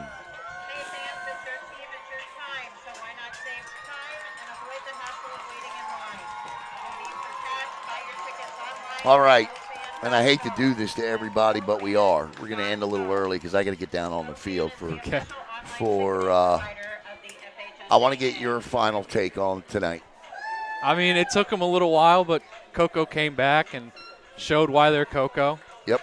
They got hit in the mouth, but they responded. It shows that they can face adversity. That's my takeaway. Yeah, and I'm going to tell you right now, if anybody thinks that this means that Coco's not the best team in 2S or not one of the best teams in the state, then you don't know high school football. It's a regional final game. Yeah, I know? mean, they're playing a playoff team. Right. They're playing a really good team in South Sumter. Listen, a much improved South Sumter team. Congratulations on a great year. Again, I just think they need to play a better strength of schedule to come in here. And these two teams will likely see each other again next year. I'm sure. And so on for and here's the interesting thing here. Do they convert this? They did the last one. Yeah. Let's see if they do this one. Snap, kick, good. Yep. All right. So that'll pretty much wrap it up. It's 34-14. I want to thank all of you out there as I got to make my way down. And when I say we're going to get out of here early, what I mean is as soon as that clock hits 0, we're gone off of here. And so Coco, 34-14, will get the win. Impressive by the Tigers here in the second. Coco scores on 3 of 4 possessions in the second half. Well, 2 of 4 possessions, and they get a defensive touchdown. But Bishop Verot, Florida State, all a little bit tougher teams. Yeah. Oh well, the further you go in the playoff, the harder the team you're going to play. Right. But they're built for this. Yes, they are. Yes, they are. I want to thank all of you. And, of course, I want to thank Games R Us as they will be sponsoring the state semifinal next week as well right here on Brevard Sports Network. Be sure to come back and join us next Friday night as myself and Anthony Knockreiner will be with you in that one. 36 seconds to go here. And just a little boot down the middle to run the clock, and he'll fall on it. And South Sumter will come on, and I'm not sure what they'll do, but it won't matter. Yeah. I don't know. I think they might have a little pride here and try and huck it downfield. Yeah, why not? I think. Why not? What do you have to lose at this point? Not a thing. Not a thing. Good football game. This was a good football game. It was. I expected Coco to, beat Coco and run a clock. Yeah. Not necessarily run a clock. But I am very impressed with what South Sumter did tonight. But I am impressed with Coco's ability to show that versatility. Yeah. And pitch a shutout in the second half. Yeah, that's exactly. And, look, it's no secret that shutout is due to they get Lauren Ward back on the field. It helps. Yep. And that'll do it. That'll be the final play of the game, 24 seconds to go. And we want to thank all of you as I don't think South Sumter is going to run another play. And then they'll end their season 11-2, and that's going to do it. Congratulations to the Coco Tigers, who moved to 17-0 in the regional finals. Congratulations to the South Sumter Raiders on a great season. Once again, we'd like to thank Games R Us for Logan Pettit, Sheriff Dellis. I'm Alan Slaughterzinski for the Brevard Sports Network. Your final score, the Coco Tigers 34, the South Sumter Raiders 14. The Coco Tigers are your Class 3S Region 3 champs.